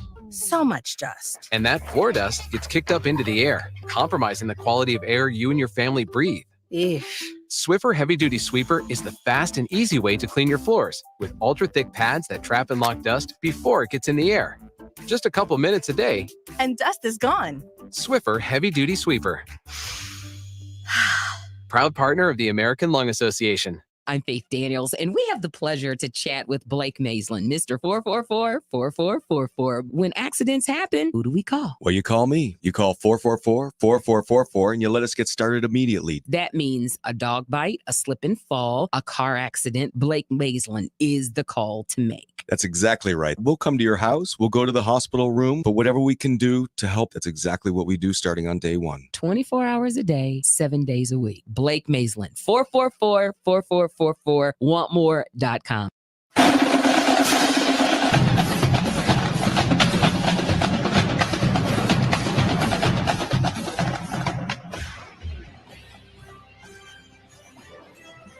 All right, everybody, welcome back here. It's halftime here at Roush Stadium, week 1 of the high school football season. Our ESPN Dayton high school football game of the week, the Alternites, the Fairmont Firebirds. The Fairmont Firebirds lead it 14-7. They led it 14-0 at one point.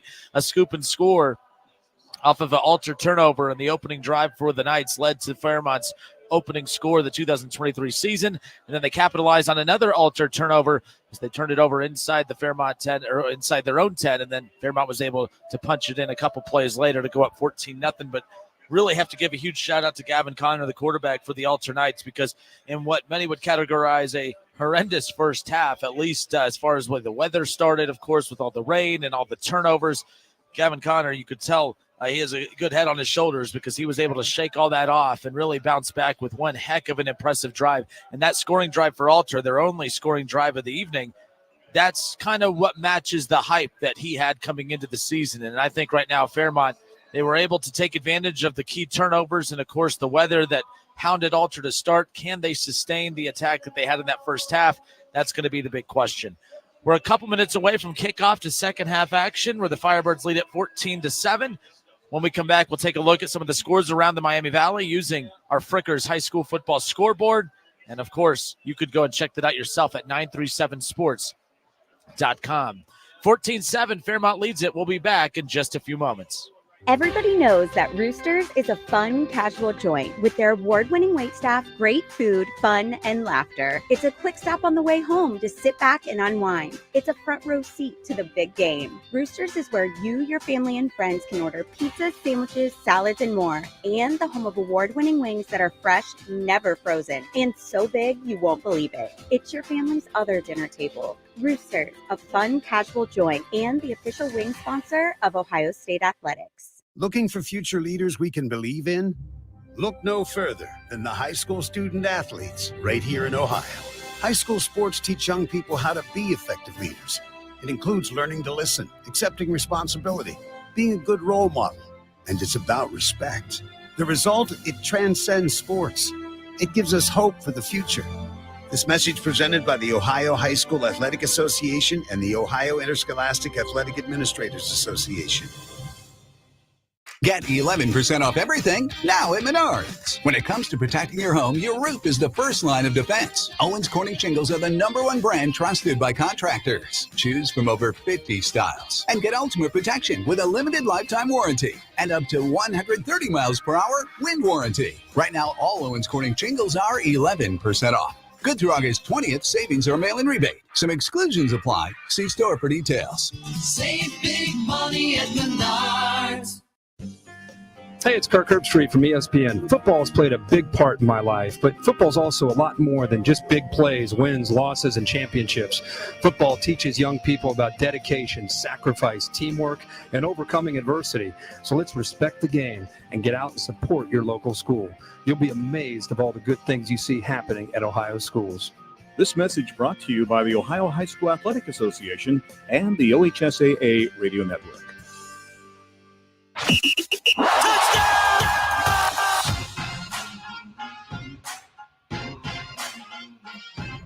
second half action about to get underway here from Roush Stadium.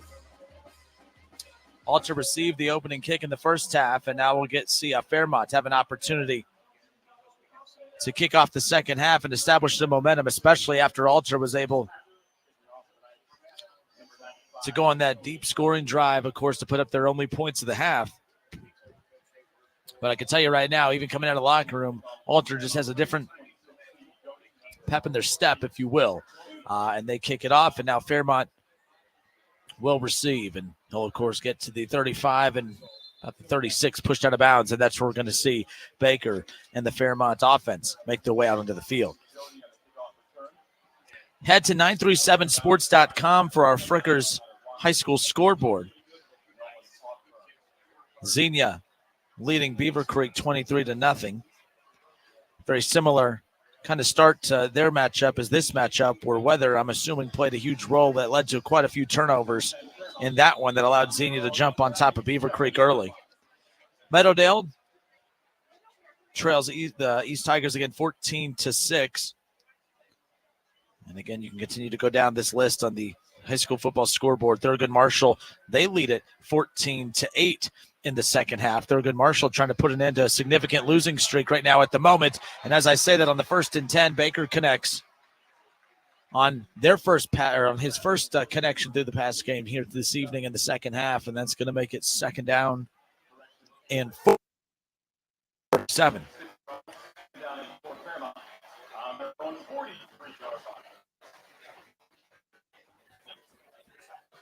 Second down now, they need 4 for the first, 11:27 to go in the third quarter. Fairmont leads at 14-7.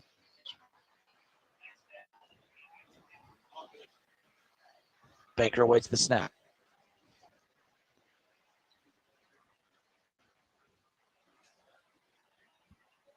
Second and 4, 11:09 to go in the third quarter. The handoff.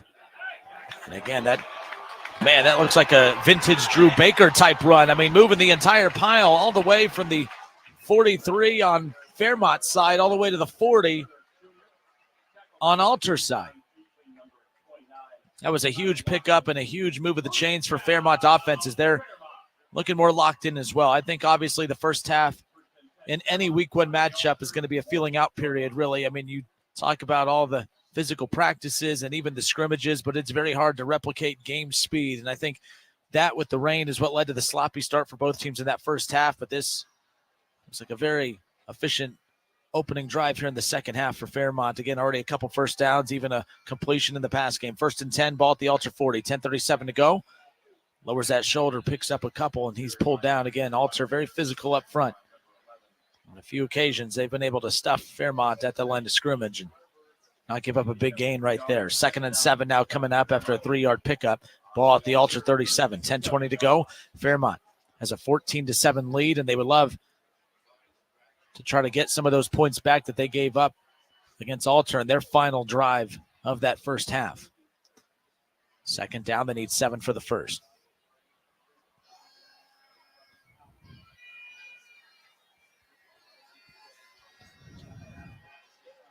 Sending a man in motion, and again, he turns, keeps it. Brock Baker, a few yards short of the first, but that's going to bring up a 3rd down now. 3rd and short coming up. They need 2 for the first down, and they're marching deeper and deeper into Alter territory.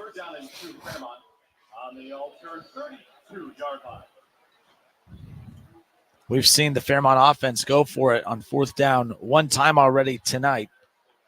And I think they're deep enough into Alter territory where they may go for it again if they have to. But I think if you're Coach David Miller, you'd prefer just to pick it up here on this 3rd and short. They hand it off. Big pile.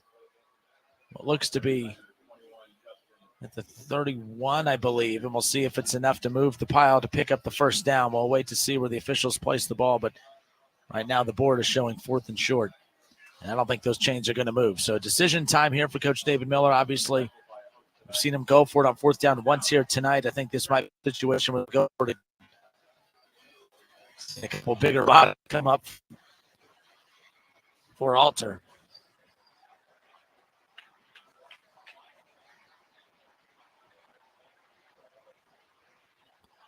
Fourth and short now, ball at the 31, 8:36 to go. Baker Lines up in the eye. He turns, hands this one off. They pick up the first down and then some. About a 6 to 7 yard pickup right there. They only needed one, but Coach David Miller has to feel real pleased with the results of that one. A fresh set of downs. They move the ball to the 25 of Alter territory. 8:25 to go here in the third quarter.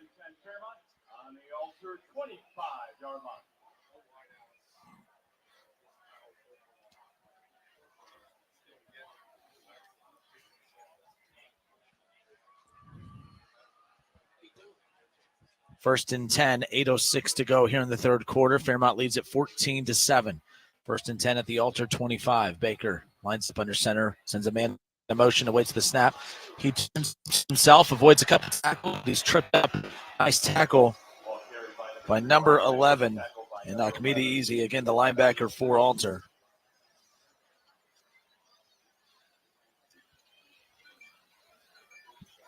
Second down now coming up. Under 8 minutes to go in quarter number 3. Fairmont received the kick at the half, and they've done a very good job of marching the ball up and down the field here, and again, taking a lot of time off that clock. And if you're Alter, you were able to get that big scoring drive to close out the half. You would love to get a big stop and have a chance to tie it up, but Fairmont would love to get those points back. And now the 2nd and 8, ball at the 23, sends a man in motion, and now Baker drops back, quick release, connects on the pass attempt, still on his feet. And that's number 18, Manasa Dunleavy, again, for the Firebirds. And that's enough to move the chains. We talked with Coach Miller in the pregame about obviously working on expanding the passing game and adding some passing elements to an offense that dominates on the ground, of course, but you see in those key situations right there, or when you add that passing element to a dominant run offense like Fairmont, of course, that makes his team even that much more dangerous, especially in these types of situations. First and 10, ball at the Alter 15. Baker sends a man in motion. He turns, he tucks it. We've seen him on a couple of those burst plays again a few times, especially in this drive. Not a big gain, but a gain nonetheless. Under about 6.5 to go here in the third quarter. 2nd and 7, a 3-yard gain. They move the ball to the 12-yard line of Alter. Again, just getting closer and closer to that end zone. They lead at 14-7. 7 of those 14 points come off of a scoop and score by Logan Wilkins in that opening quarter. In fact, both fumble recoveries from Fairmont have come from Logan Wilkins. Baker sends a man in motion, turns, hands it off. Stuffed up the middle, but maybe a pickup of 1 or 2 nonetheless. And again, just continuing to take time off that clock here in the third quarter.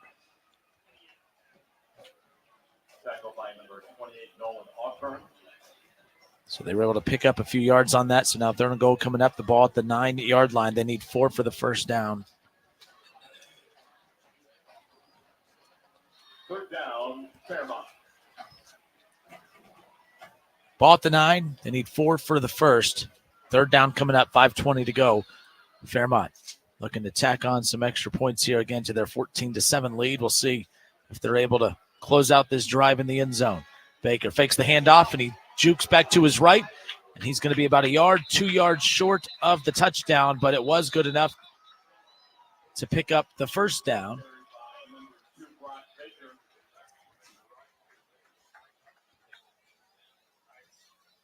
Very crafty play right there by the Firebirds as they extend this drive. And now 1st and goal coming up. They need 2 for the first down. Crowd loves that. 5 minutes to go here in the third quarter.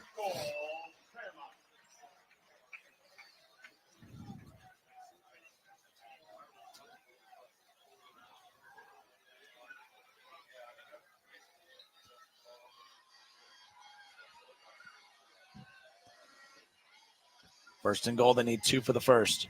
Baker sends a man in motion, hands it off to the big man up the middle, and he's stuffed right there. A good defensive stop by the Alter Knights. The big man up the middle right there, again, not allowing any kind of room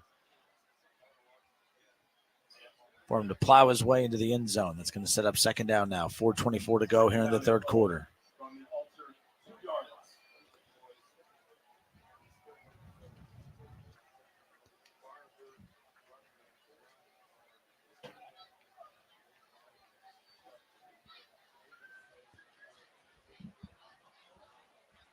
Second down. 2 for the touchdown is all they need right now. And again, they're going to line up that power eye again. The snap, the turn, the handoff. And again comes up short. And the Alter defense again stepping up and making a huge play. And now you're starting to feel the momentum on the defensive side of the ball start to pick up a bit. And that sets up a crucial third down coming up.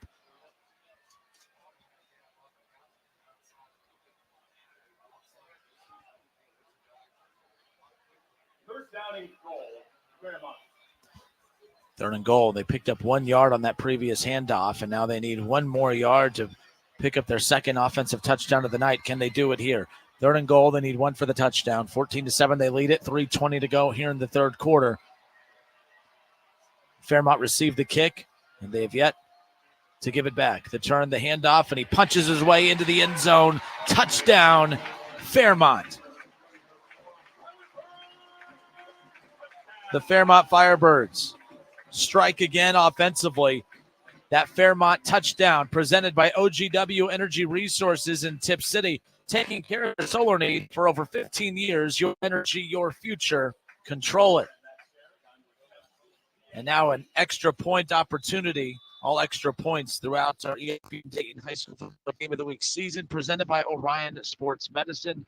And the Orion Sports Medicine extra point attempt is good. 21-7. The Firebirds lead it.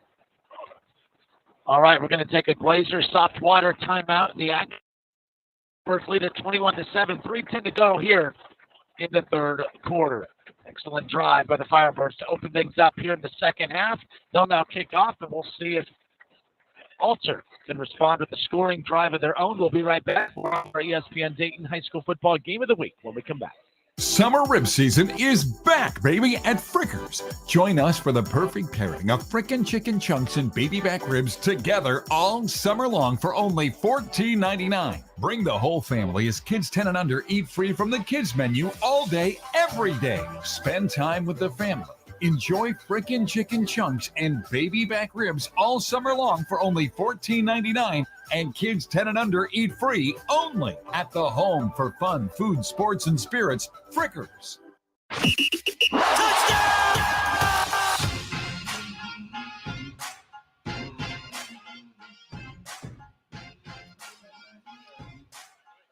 All right, and we are back. The Fairmont Firebirds going an 80-yard touchdown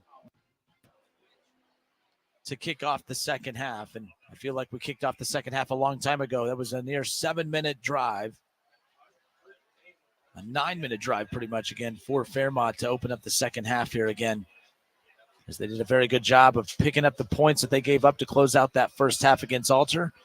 But Alter looked really good offensively in that final drive of the first half, and it feels like that was ages ago because this is the first time they've touched the ball since. And now on the kickoff return, they're going to get the ball just short of the 25, but that's where we're going to see the offense take over for the Alter Knights, Gavin Connor and company. Again, a lot of turnovers in that first half, but they were able to put it behind them.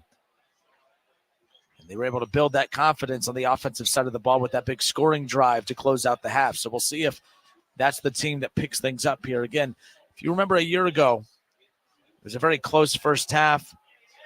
It looked as if Alter was going to be able to pick up some momentum in that second half, but it wasn't meant to be because Fairmont just ran the ball down the throats of Alter last year in the opening season matchup. But could we be seeing a similar pattern developing here tonight? We'll find out. 1st and 10, ball at the 25. Gavin Connor awaits the snap. Gavin Connor hands this one off.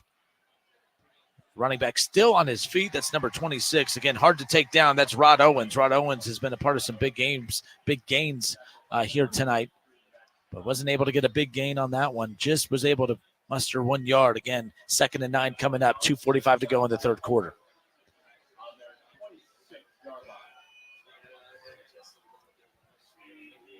.937sports.com presented by Frickers. Make sure you're continuing to head to 937sports.com and check out live up to the second sports score updates around the Miami Valley. Only 4 games in the Miami Valley going on tonight, but man, that's definitely a cool resource to have tomorrow night when there's so many games on the docket. And again, steps into the throw, intended target, number 28, Nolan Ogburn, but can't complete the pass. He was getting hit as he threw, but that was still an impressive attempt there by Gavin Connor. Just couldn't complete the pass. It was right there in the hands of him, but he just couldn't pull it down, and that's going to bring up a 3rd and 9 now. That stops the clock. 2:14 to go here in the third quarter. 3rd and 9, ball at the 26, and this is a crucial play right here because you're down 21-7. You want to be aggressive if it comes to a 4th down decision here, but you're also deep in your territory. You don't want to give the ball back to Fairmont. This is a crucial play. Now, you could tell that the Fairmont fans feel the same thing because right now the press box is shaking as the fans trying to rally the defense to get a stop. 3rd and 9, 2:14 to go. Gavin Connor drops back. Plenty of time to throw. Steps into the throw, and he connects.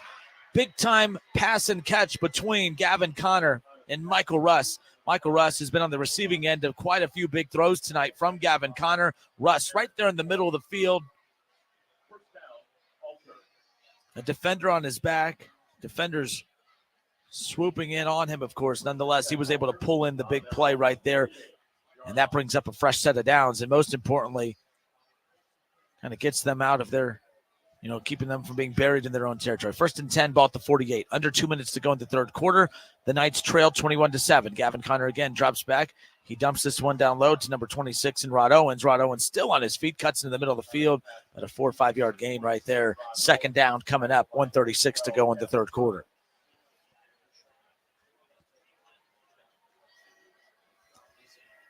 They need 6 to pick up another 1st down here. And again, it looked like the offense came out a little flat here to start for Alter. It was a 3rd and long, a crucial 3rd and long, because if they didn't convert there and it was a 4th down, they may have been too far into their own territory to maybe be aggressive and go for it. But they didn't have to make that tough decision. Now the defense, a little miscommunication. Can Alter capitalize? Gavin Connor rolls out to his right, throws on the run, and connects again in the middle of the field, this time to Carter Sheets. Carter Sheets again stepping up. Between Michael Russ and Carter Sheets, the weapons for Gavin Connor, he's definitely done a good job of spreading the ball around tonight and taking advantage of his playmakers. Under a minute to go here in the third quarter. Fairmont leads it 21-7. The offense for Fairmont did exactly what they needed to. They took a ton of time off the clock. They put the points back up on the board that they lost against Alter to close out that first half. But now Gavin Connor and the Alter Knights, they're starting to push. All right, and another pass attempt in the intended target. Michael Russ just couldn't connect there. A little too quick on the release. That does stop the clock, though, at 37.2 seconds. That's going to bring up 2nd down now coming up. 2nd and 10, ball at the 34. Gavin Connor and the Alter Knights at the Fairmont 34-yard line with less than 40 seconds to go in the third quarter. They trail 21-7. Obviously, this is a crucial drive for Alter. They need to cut this back into within one possession, but they also have to find a way for the defense to get a stop. But right now, they're worried about their offense. Gavin Connor kind of moved a little bit, but nonetheless, continuing to roll out. Might be a hold right there. He throws on the run and connects on the far left sideline again to number 1, Carter Sheets, but this one may be coming back.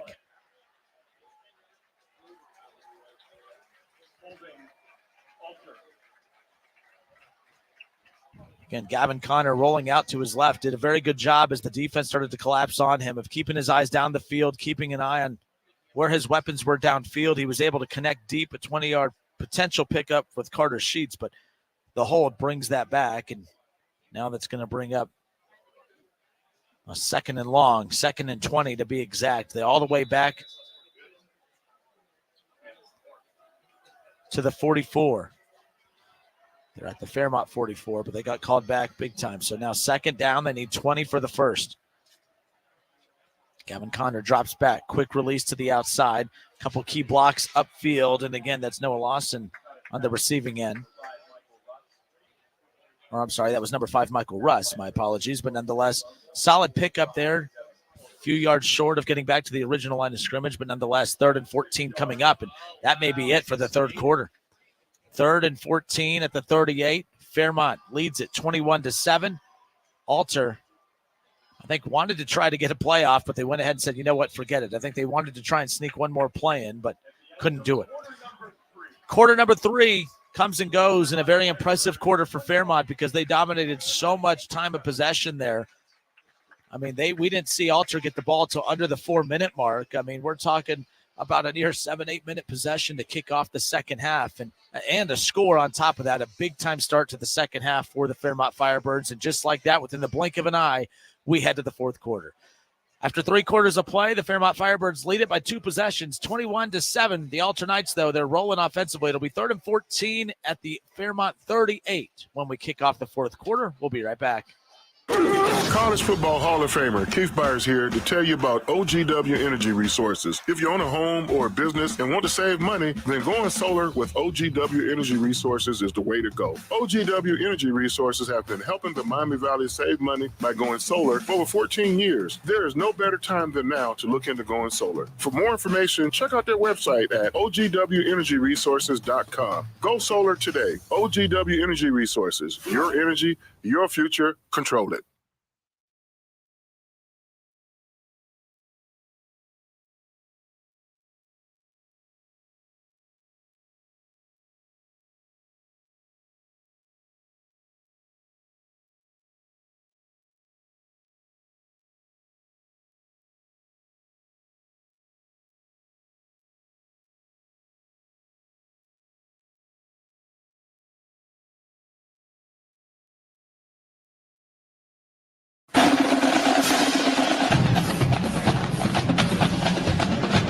All right, we welcome you back. Alter cannot convert on that 3rd and long right there. In fact, they actually lost a couple yards, so now that sets up a 4th and long, 4th and 16, and now the punt team out there. And again, if you're Alter, that is not the way you wanted that drive to stall, because right now they trail by 2 possessions, and the last time Alter took off 7 minutes, or Fairmont took 7 minutes off the play clock, or off the game clock. And it's touched, and no, that is a big-time mistake made by the Fairmont Firebirds special teams. I cannot see the player on the attempt right there to try to field the punt, but nonetheless, as he tried to field it, he dropped it, and nonetheless, that's where Alter will recover, and they'll have the ball just outside the 10, about the 11-yard line. And what a crucial mistake by Fairmont, because now what looked like an opportunity to go up by 3 possessions and run the clock out here in the final quarter, now the door has been cracked back open again for Alter to strike and come back in to make this a 1-possession ball game. 11-10 remaining here in the game.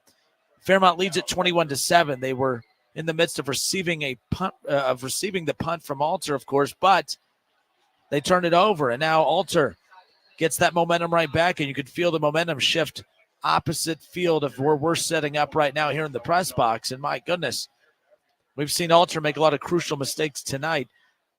First half, of course, but man, that's a big one right there for Fairmont. How will they rebound? That's what we're about to find out. A 6-yard gain on the ground right there for the Alter Knights. They need 4 for the first down, but they need 5 for the touchdown. Wishbone action right here again. Gavin Connor lining up under center, sends a man in motion. Crucial possession right here. They need to score and find a way to get a stop. Gavin Connor rolls out. Defense collapsing on him, rolling out to his left. He gets to the 10, throws, wide open receiver in the end zone, and he connects. Joe Doorley again, the tight end, left wide open in the back left corner of the end zone. And that is a huge play, not just offensively, but the defensive stop, or the turnover on special teams that led to that opportunity 11 yards out. It took 2 plays to punch the ball in the end zone, and my goodness, what a crucial mistake that has come back to haunt Fairmont. And now we await the Orion Sports Medicine extra point.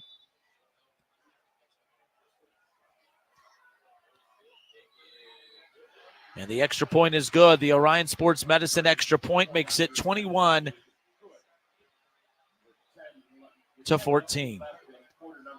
But that touchdown right there by Alter was huge. That touchdown by the Alter Knights to make it 21-13 is presented by OGW Energy Resources.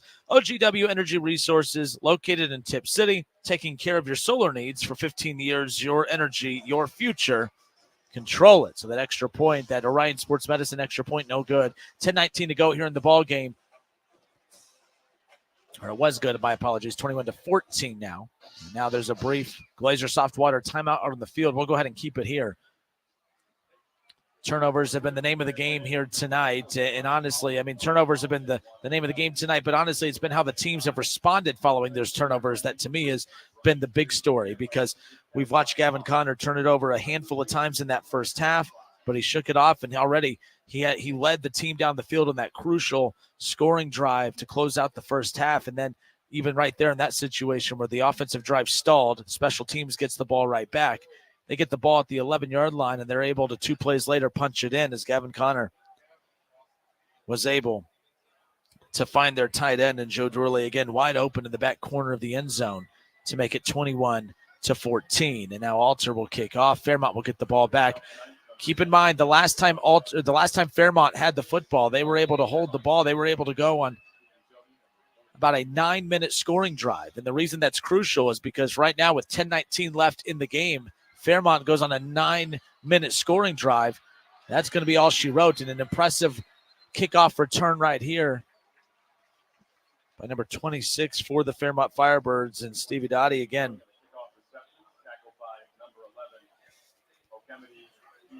Okemete Easy again on the special team side of things, able to force Dottie out of bounds again, and now that's going to set up a 1st and 10 at the 42. Again, that was a very nice pickup and a crucial pickup, but now we have seen the offense step up for Alter over the last couple of possessions. Now it's going to be crucial. Even the special team stepped up and was able to get that turnover.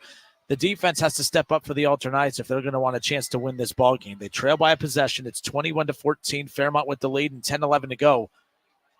But of course, it's been the dominant run ground attack by Fairmont, which is always the name of the game when you think about the David Miller-led Fairmont Firebirds, of course. But that play on the ground right there, good for a 7-yard pickup. 2nd and 3 now coming up. They move the ball to the 49 midfield line now.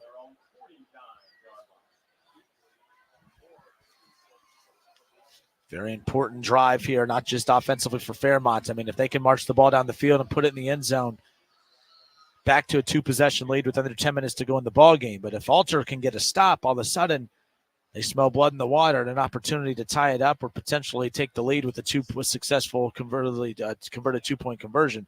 But still a lot of football left to be played. Another handoff up the middle, and the Alter defense steps up and swallows them up right there. Nothing cooking. That's going to set up a 3rd down.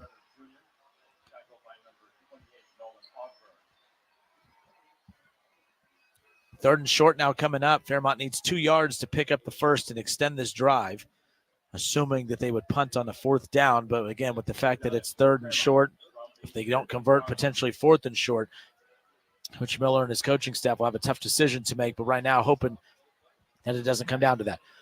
Ball directly located at the 50, 8:52 to go in the ball game. Fairmont trying to take time off the clock, trying to find a way to go on a long, effective scoring drive here. 3rd and short, ball at the 50, 8:42 to go. They lead it 21-14. He rolls out, still on his feet. He's at the 40, the 35, the 30. He's going to get taken down just about the 22, 21-yard line. And Easy again for Alter, stepping up and getting a big stop right there. So on a 3rd and short, they go on about a 30-yard pickup right there on the ground, of course, and it sets up a fresh set of downs. Ball at the Alter 21 now. They lead it 21-14 with 8:26 to go.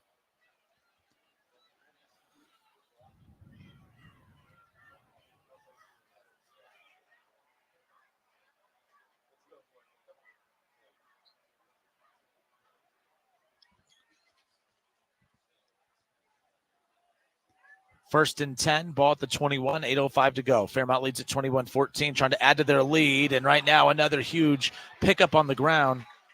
Brock Baker been so effective tonight. He took the ball from the 21 on the 1st and 10 carry there and picked up another 10 yards for the first down, an 11-yard pickup on the ground. So they get the ball to the 10-yard line. It's now a fresh set of downs, and they have 4 downs to get the ball into the end zone and make it a 2-possession lead.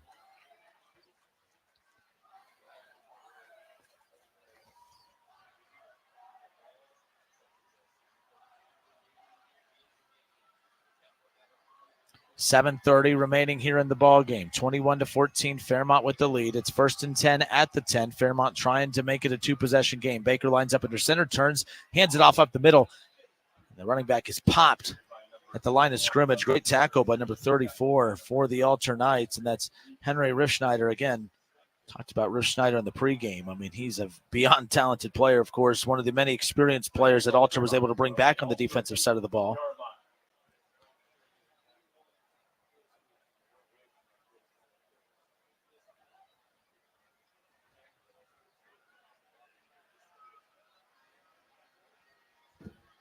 Second down now, and they need 8 to get the score. Second and goal now, 6:40 remaining. Fairmont in no hurry, and they're going to bring the play clock all the way down to 1 and then call a timeout. Again, the strategy involved here of continuing to take as much time off the clock as possible. Would they love to punch the ball in the end zone? Absolutely, but they're being very methodical right now, again, trying to take as much time off the clock as possible, and that's what has forced them to call a Glazer soft water timeout. A water break out on the field and a Glazer soft water break nonetheless. 6:38 to go here in the ball game. Fairmont, it'll be 2nd and 8, second and goal ball at the 8. When we come back, they lead at 21-14. Can they add to the lead? We'll find out when we come back. Sometimes I struggle to get to sleep. My body stopped for the day, but my mind is still running. So I take ZQuil. ZQuil, the world's #1 sleep aid brand, has a range of non-habit-forming products to fit you and your family's needs. Invest in a great night's sleep for the best you tomorrow. I'm awake and ready to take on anything. Better days start with ZQuil nights. Explore our products at ZQuil.com. Use as directed. Keep out of reach of children. Attorney CPA Joe Cordell. Divorce forces a father to focus on what's most important, his children. You may no longer be a husband, but you'll always be a dad. In the divorce process, this comes down to 3 key concerns: physical custody, decision-making, as well as financial support. Each of these is important, and it's important that you choose a lawyer that cares as much about these issues as you do. Schedule an appointment with one of Cordell & Cordell's Dayton area attorneys. 2689 Commons Boulevard, Suite 100, Beaver Creek, Ohio, 45431. CordellCordell.com. Paid for by Cordell & Cordell.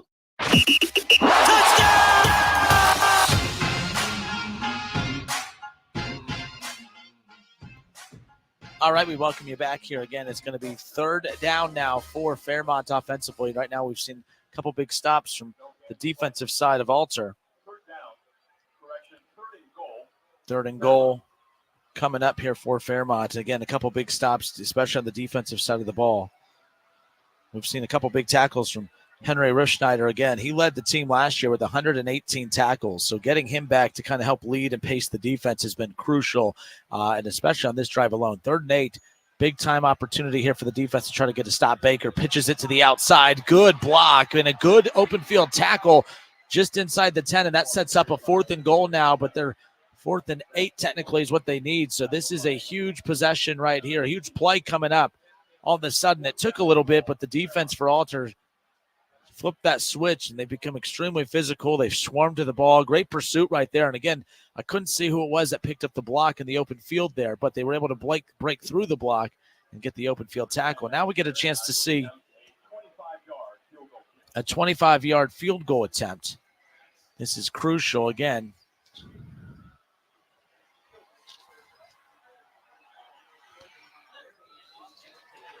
And the kick is up and in.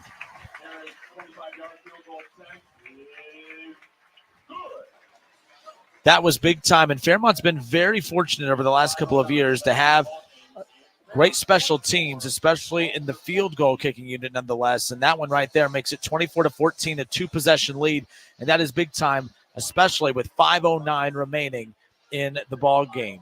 It was a smart Glazer softwater timeout by head coach David Miller and company nonetheless. They weren't able to convert on a couple plays coming out of that Glazer softwater timeout, but they were able to get the field goal nonetheless. Obviously, a successful scoring drive. You put 3 points up on the board, but I think right now Alter feels pretty good about the fact that they only gave up 3 on that drive because it looked like Fairmont was well on their way to punching that into the end zone. However, 3 points, 6 points, 7 points, it doesn't matter. The bottom line is it's back to a 2-possession lead, and Alter has to find a way to put the ball in the end zone and leave enough time for them to have to find a way to get a stop defensively. But Fairmont's been pretty much unstoppable, especially on the ground here in the second half.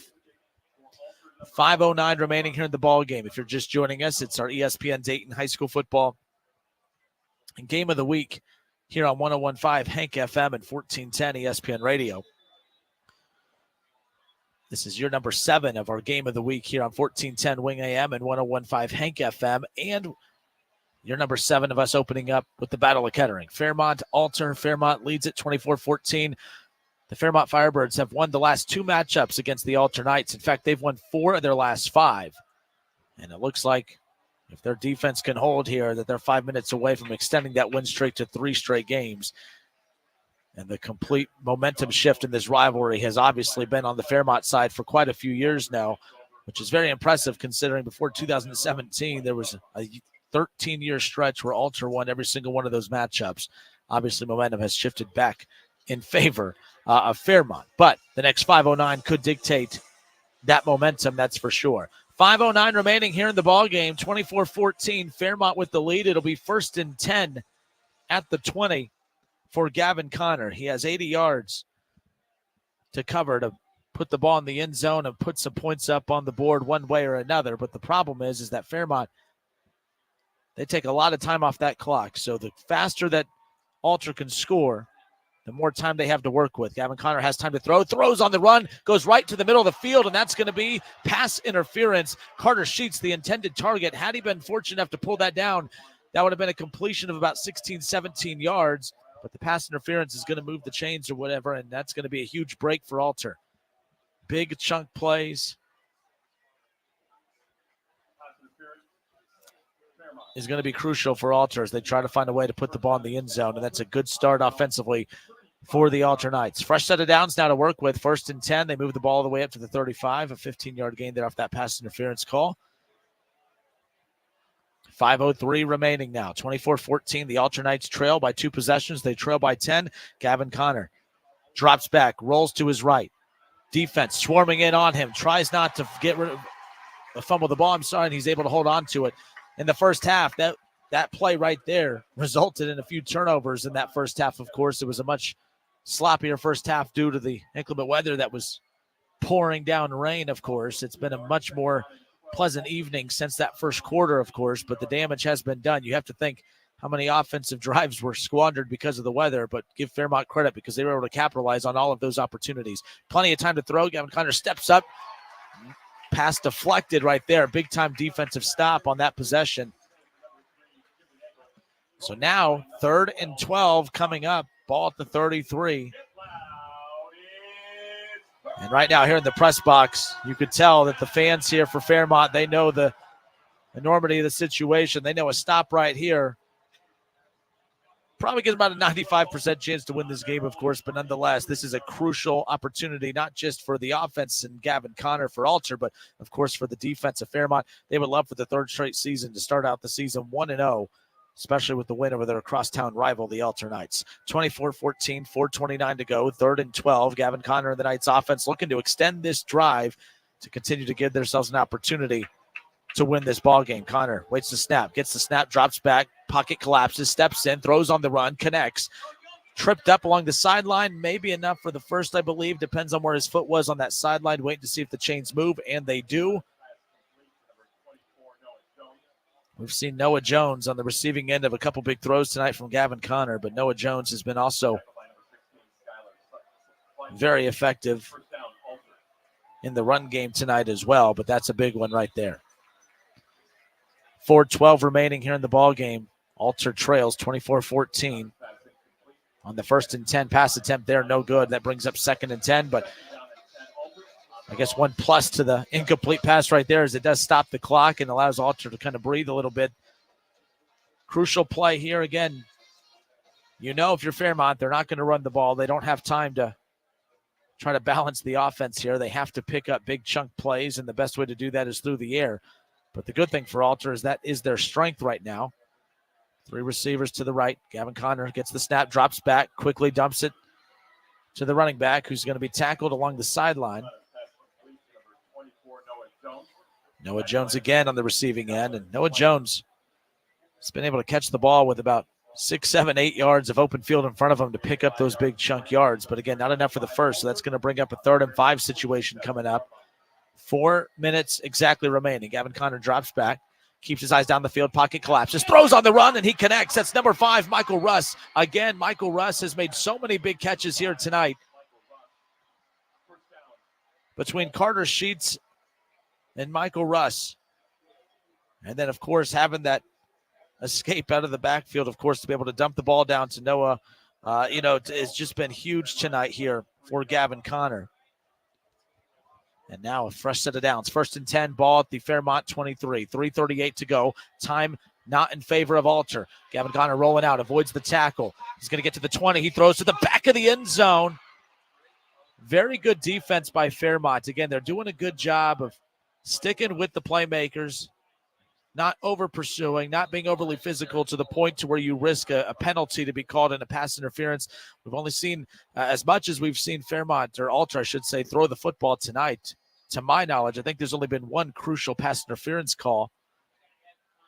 For a week 1 game, the only sloppiness that we've really seen has been the turnovers, but it's been a fairly clean game. The officials have really done a good job of letting both teams play, but I really don't feel like both teams have been very sloppy in the penalty department, that's for sure, nonetheless. They're trying to put time back up on the clock. 3:24 remaining here on the clock.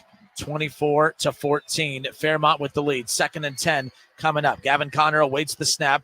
Big play right here. Gavin Connor, of course, he has Noah Jones in the escape and a wide open receiver in the middle. And who else? Michael Russ. Michael Russ comes down with the catch in the middle of the field, and that's enough for the first down. 3:17 to go now. The chains move. Offense pops up back to their feet. Fresh set of downs to work with. 23. I'm sorry, the ball at the 12, my apologies. 1st and 10, ball at the Fairmont 12. Alter doing everything they can to find a way to put the ball in the end zone. They hand it off, and that is a huge handoff to Noah Jones. Noah Jones still pushing the pile, and he might just be a yard short. 2:53 to go. And that delayed handoff right there definitely caught the defense off guard because, again, everyone trying to find a way. They know Gavin Connor's going to pass, so they caught him off guard with that handoff. Very smart play.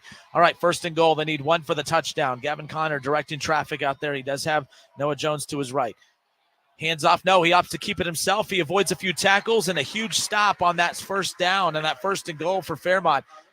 That's a huge stop because, again, that continues to just allow that clock to tick down, and that's going to force the Alter Knights to call a Glazer Soft Water timeout. 24-14, a 10-point advantage for Fairmont. A 2nd and goal situation coming up out of this break. 2:24 remaining. Let's take a 30-second timeout. That's coming up on the other side. You're listening to our ESPN Dayton High School Football Game of the Week on 101.5 Hank FM and 1410 ESPN Radio. Excited to be bringing you these matchups each and every week right here, starting next Friday, of course. But we'll step away for 30 seconds. More of our ESPN Dayton High School Football Game of the Week when we come back. Summer rib season is back, baby, at Frickers. Join us for the perfect pairing of frickin' chicken chunks and baby back ribs together all summer long for only $14.99. Bring the whole family as kids 10 and under eat free from the kids menu all day, every day. Spend time with the family. Enjoy frickin' chicken chunks and baby back ribs all summer long for only $14.99. And kids 10 and under eat free only at the home for fun, food, sports, and spirits, Frickers.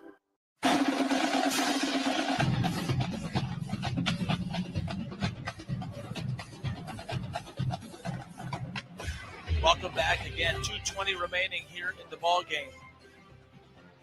And we come at you live back in the middle of the action, and a handoff up the middle, and he makes his way through the pile and a touchdown for the Alter Knights. It makes it 24-20 now, and now an Orion Sports Medicine extra point away from making it a one-possession 24-20 deficit. But that was a big touchdown right there, a crucial one again. Fairmont did a good job of getting a couple stops. Those couple stops that they got on a couple of those 1st and goal, 2nd and goal situations were crucial because it did take more time off the clock. But that score right there, again, he converted the Orion Sports Medicine extra point to make it 24-20, but a crucial touchdown right there. That touchdown by the Alter Knights to make it 24-21. That touchdown presented by OGW Energy Resources in Tip City. Taking care of your solar needs for over 15 years, your energy, your future. Control it. 24-21, 2:20 to go here in the ball game. Remember, this game at one point looked as if it was just going to be a blowout because Fairmont jumped out to a 14-0 lead. They had forced 3 turnovers in that first half, just sloppy play. Of course, the weather had a lot to do with that. But ever since that weather cleared out and both teams got settled in on both sides of the ball, it's been a much different ball game. Alter right now trails by 3, and they're about to kick off. I think a very underrated portion of this game really came in that third quarter when Fairmont received the ball. And they ate 9 minutes of clock on that scoring drive. Remember, it was 14-0. They gave up that big scoring drive to Alter to close out the first half. They came right back out, took 9 minutes off the clock, and punched it in the end zone to go back up by 2 possessions. And a little onside kick action. The ball is loose. Bodies diving all over the place. I think Fairmont came away with it, but both teams, both pointing in their opposite direction, will wait for the official to give the official ruling. And Fairmont, fortunate enough to come away with that one, but man, a near successful onside kick attempt right there for the Alter Knights nonetheless. So now Fairmont will take over possession here with 2:17 to go. And this is where David Miller teams thrive, is with the lead late in ball games. And this is where they do what they do best, and that's just methodically run the ball down the heart of the defense. And we'll see if Alter has a big defensive stand coming up here. They desperately need a stop. Fairmont and Alter both with 2 timeouts remaining. 2 Glazer soft water breaks, 2 Glazer soft water timeouts nonetheless, and a handoff up the middle. He has a first down and then some, and that is a big-time start to this drive for Fairmont as they are 2 minutes away from potentially extending their win streak over Alter to 3. Big handoff, big gain up the middle. And a Glazer soft water timeout being called by Alter. 2:12 remaining. Fairmont leads at 24-20. It's 1st and 10 Fairmont at the 40. We'll be right back. Sometimes I struggle to get to sleep. My body stopped for the day, but my mind is still running. So I take ZQuil. ZQuil, the world's #1 sleep aid brand, has a range of non-habit-forming products to fit you and your family's needs. Invest in a great night's sleep for the best you tomorrow. I'm awake and ready to take on anything. Better days start with ZQuil nights. Explore our products at ZQuil.com. Use as directed. Keep out of reach of children. Attorney CPA Joe Cordell. Divorce forces a father to focus on what's most important, his children. You may no longer be a husband, but you'll always be a dad. In the divorce process, this comes down to 3 key concerns: physical custody, decision-making, as well as financial support. Each of these is important, and it's important that you choose a lawyer that cares as much about these issues as you do. Schedule an appointment with one of Cordell & Cordell's Dayton area attorneys. 2689 Commons Boulevard, Suite 100, Beaver Creek, Ohio, 45431. CordellCordell.com. Paid for by Cordell & Cordell.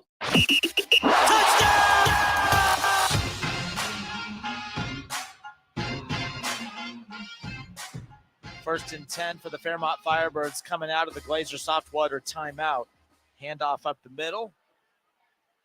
No gain there. Maybe, a 1-yard gain there. They get the ball. They advance up to the 39. 2:06 to go. Fairmont leads at 24-21.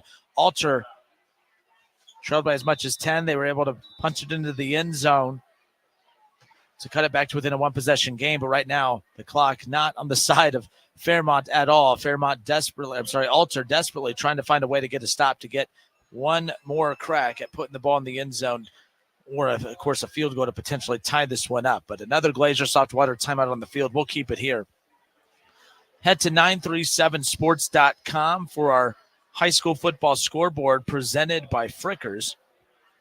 We'll see if we can get some updates on some of the games around the Miami Valley here tonight. Again, so many big games on deck for tomorrow night, by the way, for week 1 high school football action here in the state of Ohio and especially here in the Miami Valley. According to the 937sports.com scoreboard presented by Frickers, Xenia leads at 23-0 at the half. Meadowdale trails 14-6. And then how about Thurgood Marshall? They had gone 0-10 in back-to-back seasons, and in week 1 of the 2023 season, Thurgood Marshall comes away with a 28-16 win over Don Community, the Panthers. So congratulations to Thurgood Marshall. I mean, to start the season with the win after not being able to get a win over the last couple of seasons, that's huge as you continue to try to rebuild momentum and confidence in a young program like that. Another Glazier Soft Water timeout out on the field, this time by Fairmont. So Alter has used all their timeouts, by the way. That Glazier Soft Water timeout called by Fairmont. That leaves them with one timeout remaining. And if they're going to take a timeout out on the field, I say we take a timeout of our own. More of our ESPN Dayton High School Football Game of the Week. Actually, let me hit reset on that. Both teams coming out. There was a short timeout, a 30-second timeout. My apologies. Big Kev back in the studio. Shout out to Big Kev, by the way, back in the WING studios, the Superbook Sports WING studios, back over or here in Kettering, I should say. But he's been holding the fort down again, keeping us on the air, and that's the most important thing, doing a fantastic job tonight. But here we go now, 2nd and 9. Fairmont has the ball at the Alter 39, 2:06 to go. Fairmont leads at 24-21. Baker lines up under center again. Right now, Fairmont, their biggest thing is to continue to move the chains and eat clock and do not let Alter get the ball back with the chance to tie it up or take the lead. Another handoff with a couple-yard gain up the middle. Keep in mind, Alter, they have no more timeouts remaining. So right now it is strictly up to the defense to find a way to get a stop.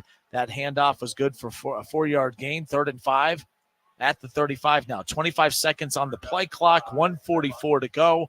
Again, Alter, to have a chance to get the ball back, they have to find a way to get a stop on this 3rd and 4th down coming up. That's if Fairmont chooses to go for it on 4th if they don't convert here on this 3rd down. They convert here on this 3rd down, it's over. But again, they have to find a way to get it done. 3rd and 5 at the 35. Baker fakes the pitch, and he's cracked right there by the defense, but it might be enough for the first. Right now, the fans on the sideline celebrating as if he did pick it up. If he picks it up, that's it. Chains are moving. Fairmont, the sideline, going absolutely insane. The students, the fans are here on the sideline absolutely love it.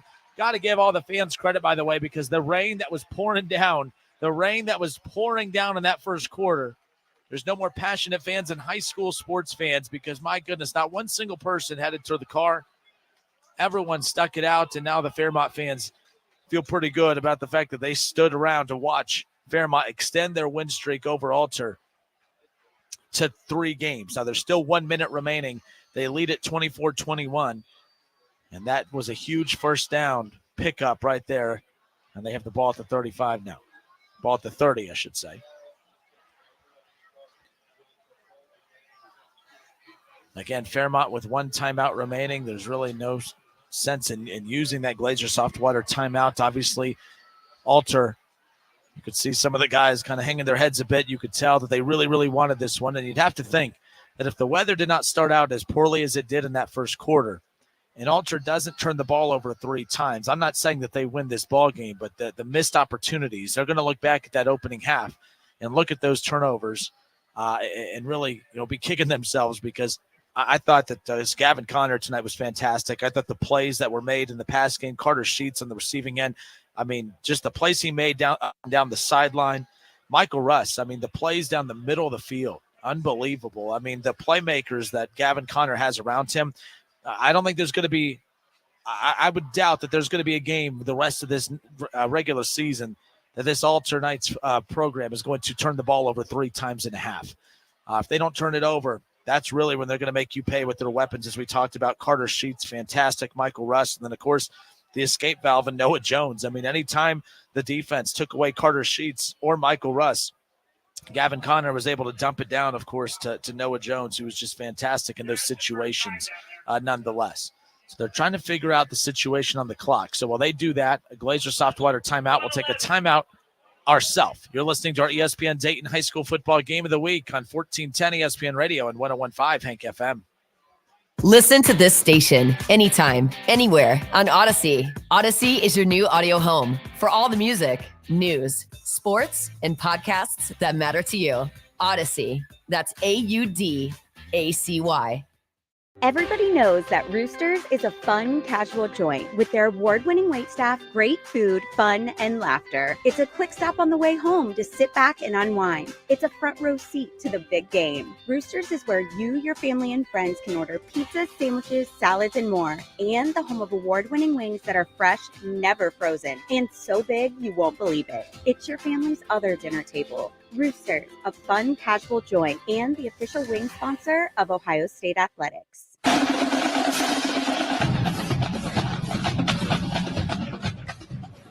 All right, everybody, we welcome you back. We come back just in time as the Fairmont Firebirds line up in everyone's favorite formation, the victory formation. And, of course, they down the football there again. Under a minute to go. Fairmont right now just eating the clock right now again, just trying to end this one. Fairmont is under a minute away from their third straight win over the Alter Knights. There was a stretch before 2017 that Alter had won 13 straight matchups against this Fairmont squad. David Miller comes in, total change of philosophy. They won 4 of their last 5, make that 5 of their last 6, and 3 straight wins over their crosstown rival, the Alter Knights. With 20 seconds to go on the running clock here, week 1, our week 1 ESPN Dayton High School Football Game of the Week matchup comes to an end. Your final here from Roush Stadium, the Fairmont Firebirds 20, the Alter Knights 21. And what a fun game to kick off the 2023 season. So many great games, of course, around the Miami Valley tonight and tomorrow night. Make sure you take advantage of our 937sports.com high school football scoreboard presented by Frickers. What a fun one tonight, and we have 9 more weeks of action and fun coming your way. Of course, moving forward, every Friday night is where you can catch us right here on 101.5 Hank FM and 1410 ESPN Radio. Thank you for everyone who tuned in and hung out with us tonight. Shout out to all of our sponsors that helped bring this on. The big man, Big Kev, back in the studio, man. He stepped up for us big tonight and helped us put this game on tonight, so I appreciate him, appreciate everyone. And we'll do this again in a week. Next Friday night, of course, we'll be up at Northmont. Northmont going to be taking on LaSalle out of Cincinnati. Very excited about that matchup again. Very good team from Cincinnati. Northmont has a lot of guys that are going to be playing some football on Saturdays at the college level, and that's going to be a fun one next week. That wraps it up for us here tonight from Roush Stadium. Thank you, everybody, for tuning in and hanging out with us tonight. Until next week, this has been our ESPN Dayton High School Football Game of the Week on 1410 Wing AM and 101.5 Hank FM. Your final from Roush Stadium, the Fairmont Firebirds 24, the Alter Knights 21. Military veterans and active duty service members, you could become a certified cyber warrior with just 12 weeks of training at My Computer Career. Cybersecurity specialists are in high demand, and IT pros with these skills often enjoy abundant opportunity and a great lifestyle. Protect our people, liberty, and treasured institutions from cyber threats. GI Bill, SkillBridge, and other VA benefits are available to those who qualify. Learn more at mycomputercareer.edu/CWP. That's mycomputercareer.edu/CWP. Do you have heart failure and often hear, "Those stomach issues ruined your birthday"? You're too tired to play catch, Grandpa? Sweetie, you haven't touched your tools since the carpal tunnel syndrome diagnosis. If these seemingly unrelated symptoms sound familiar, talk to your cardiologist. Ask about transthyretin amyloid cardiomyopathy, or ATTR-CM.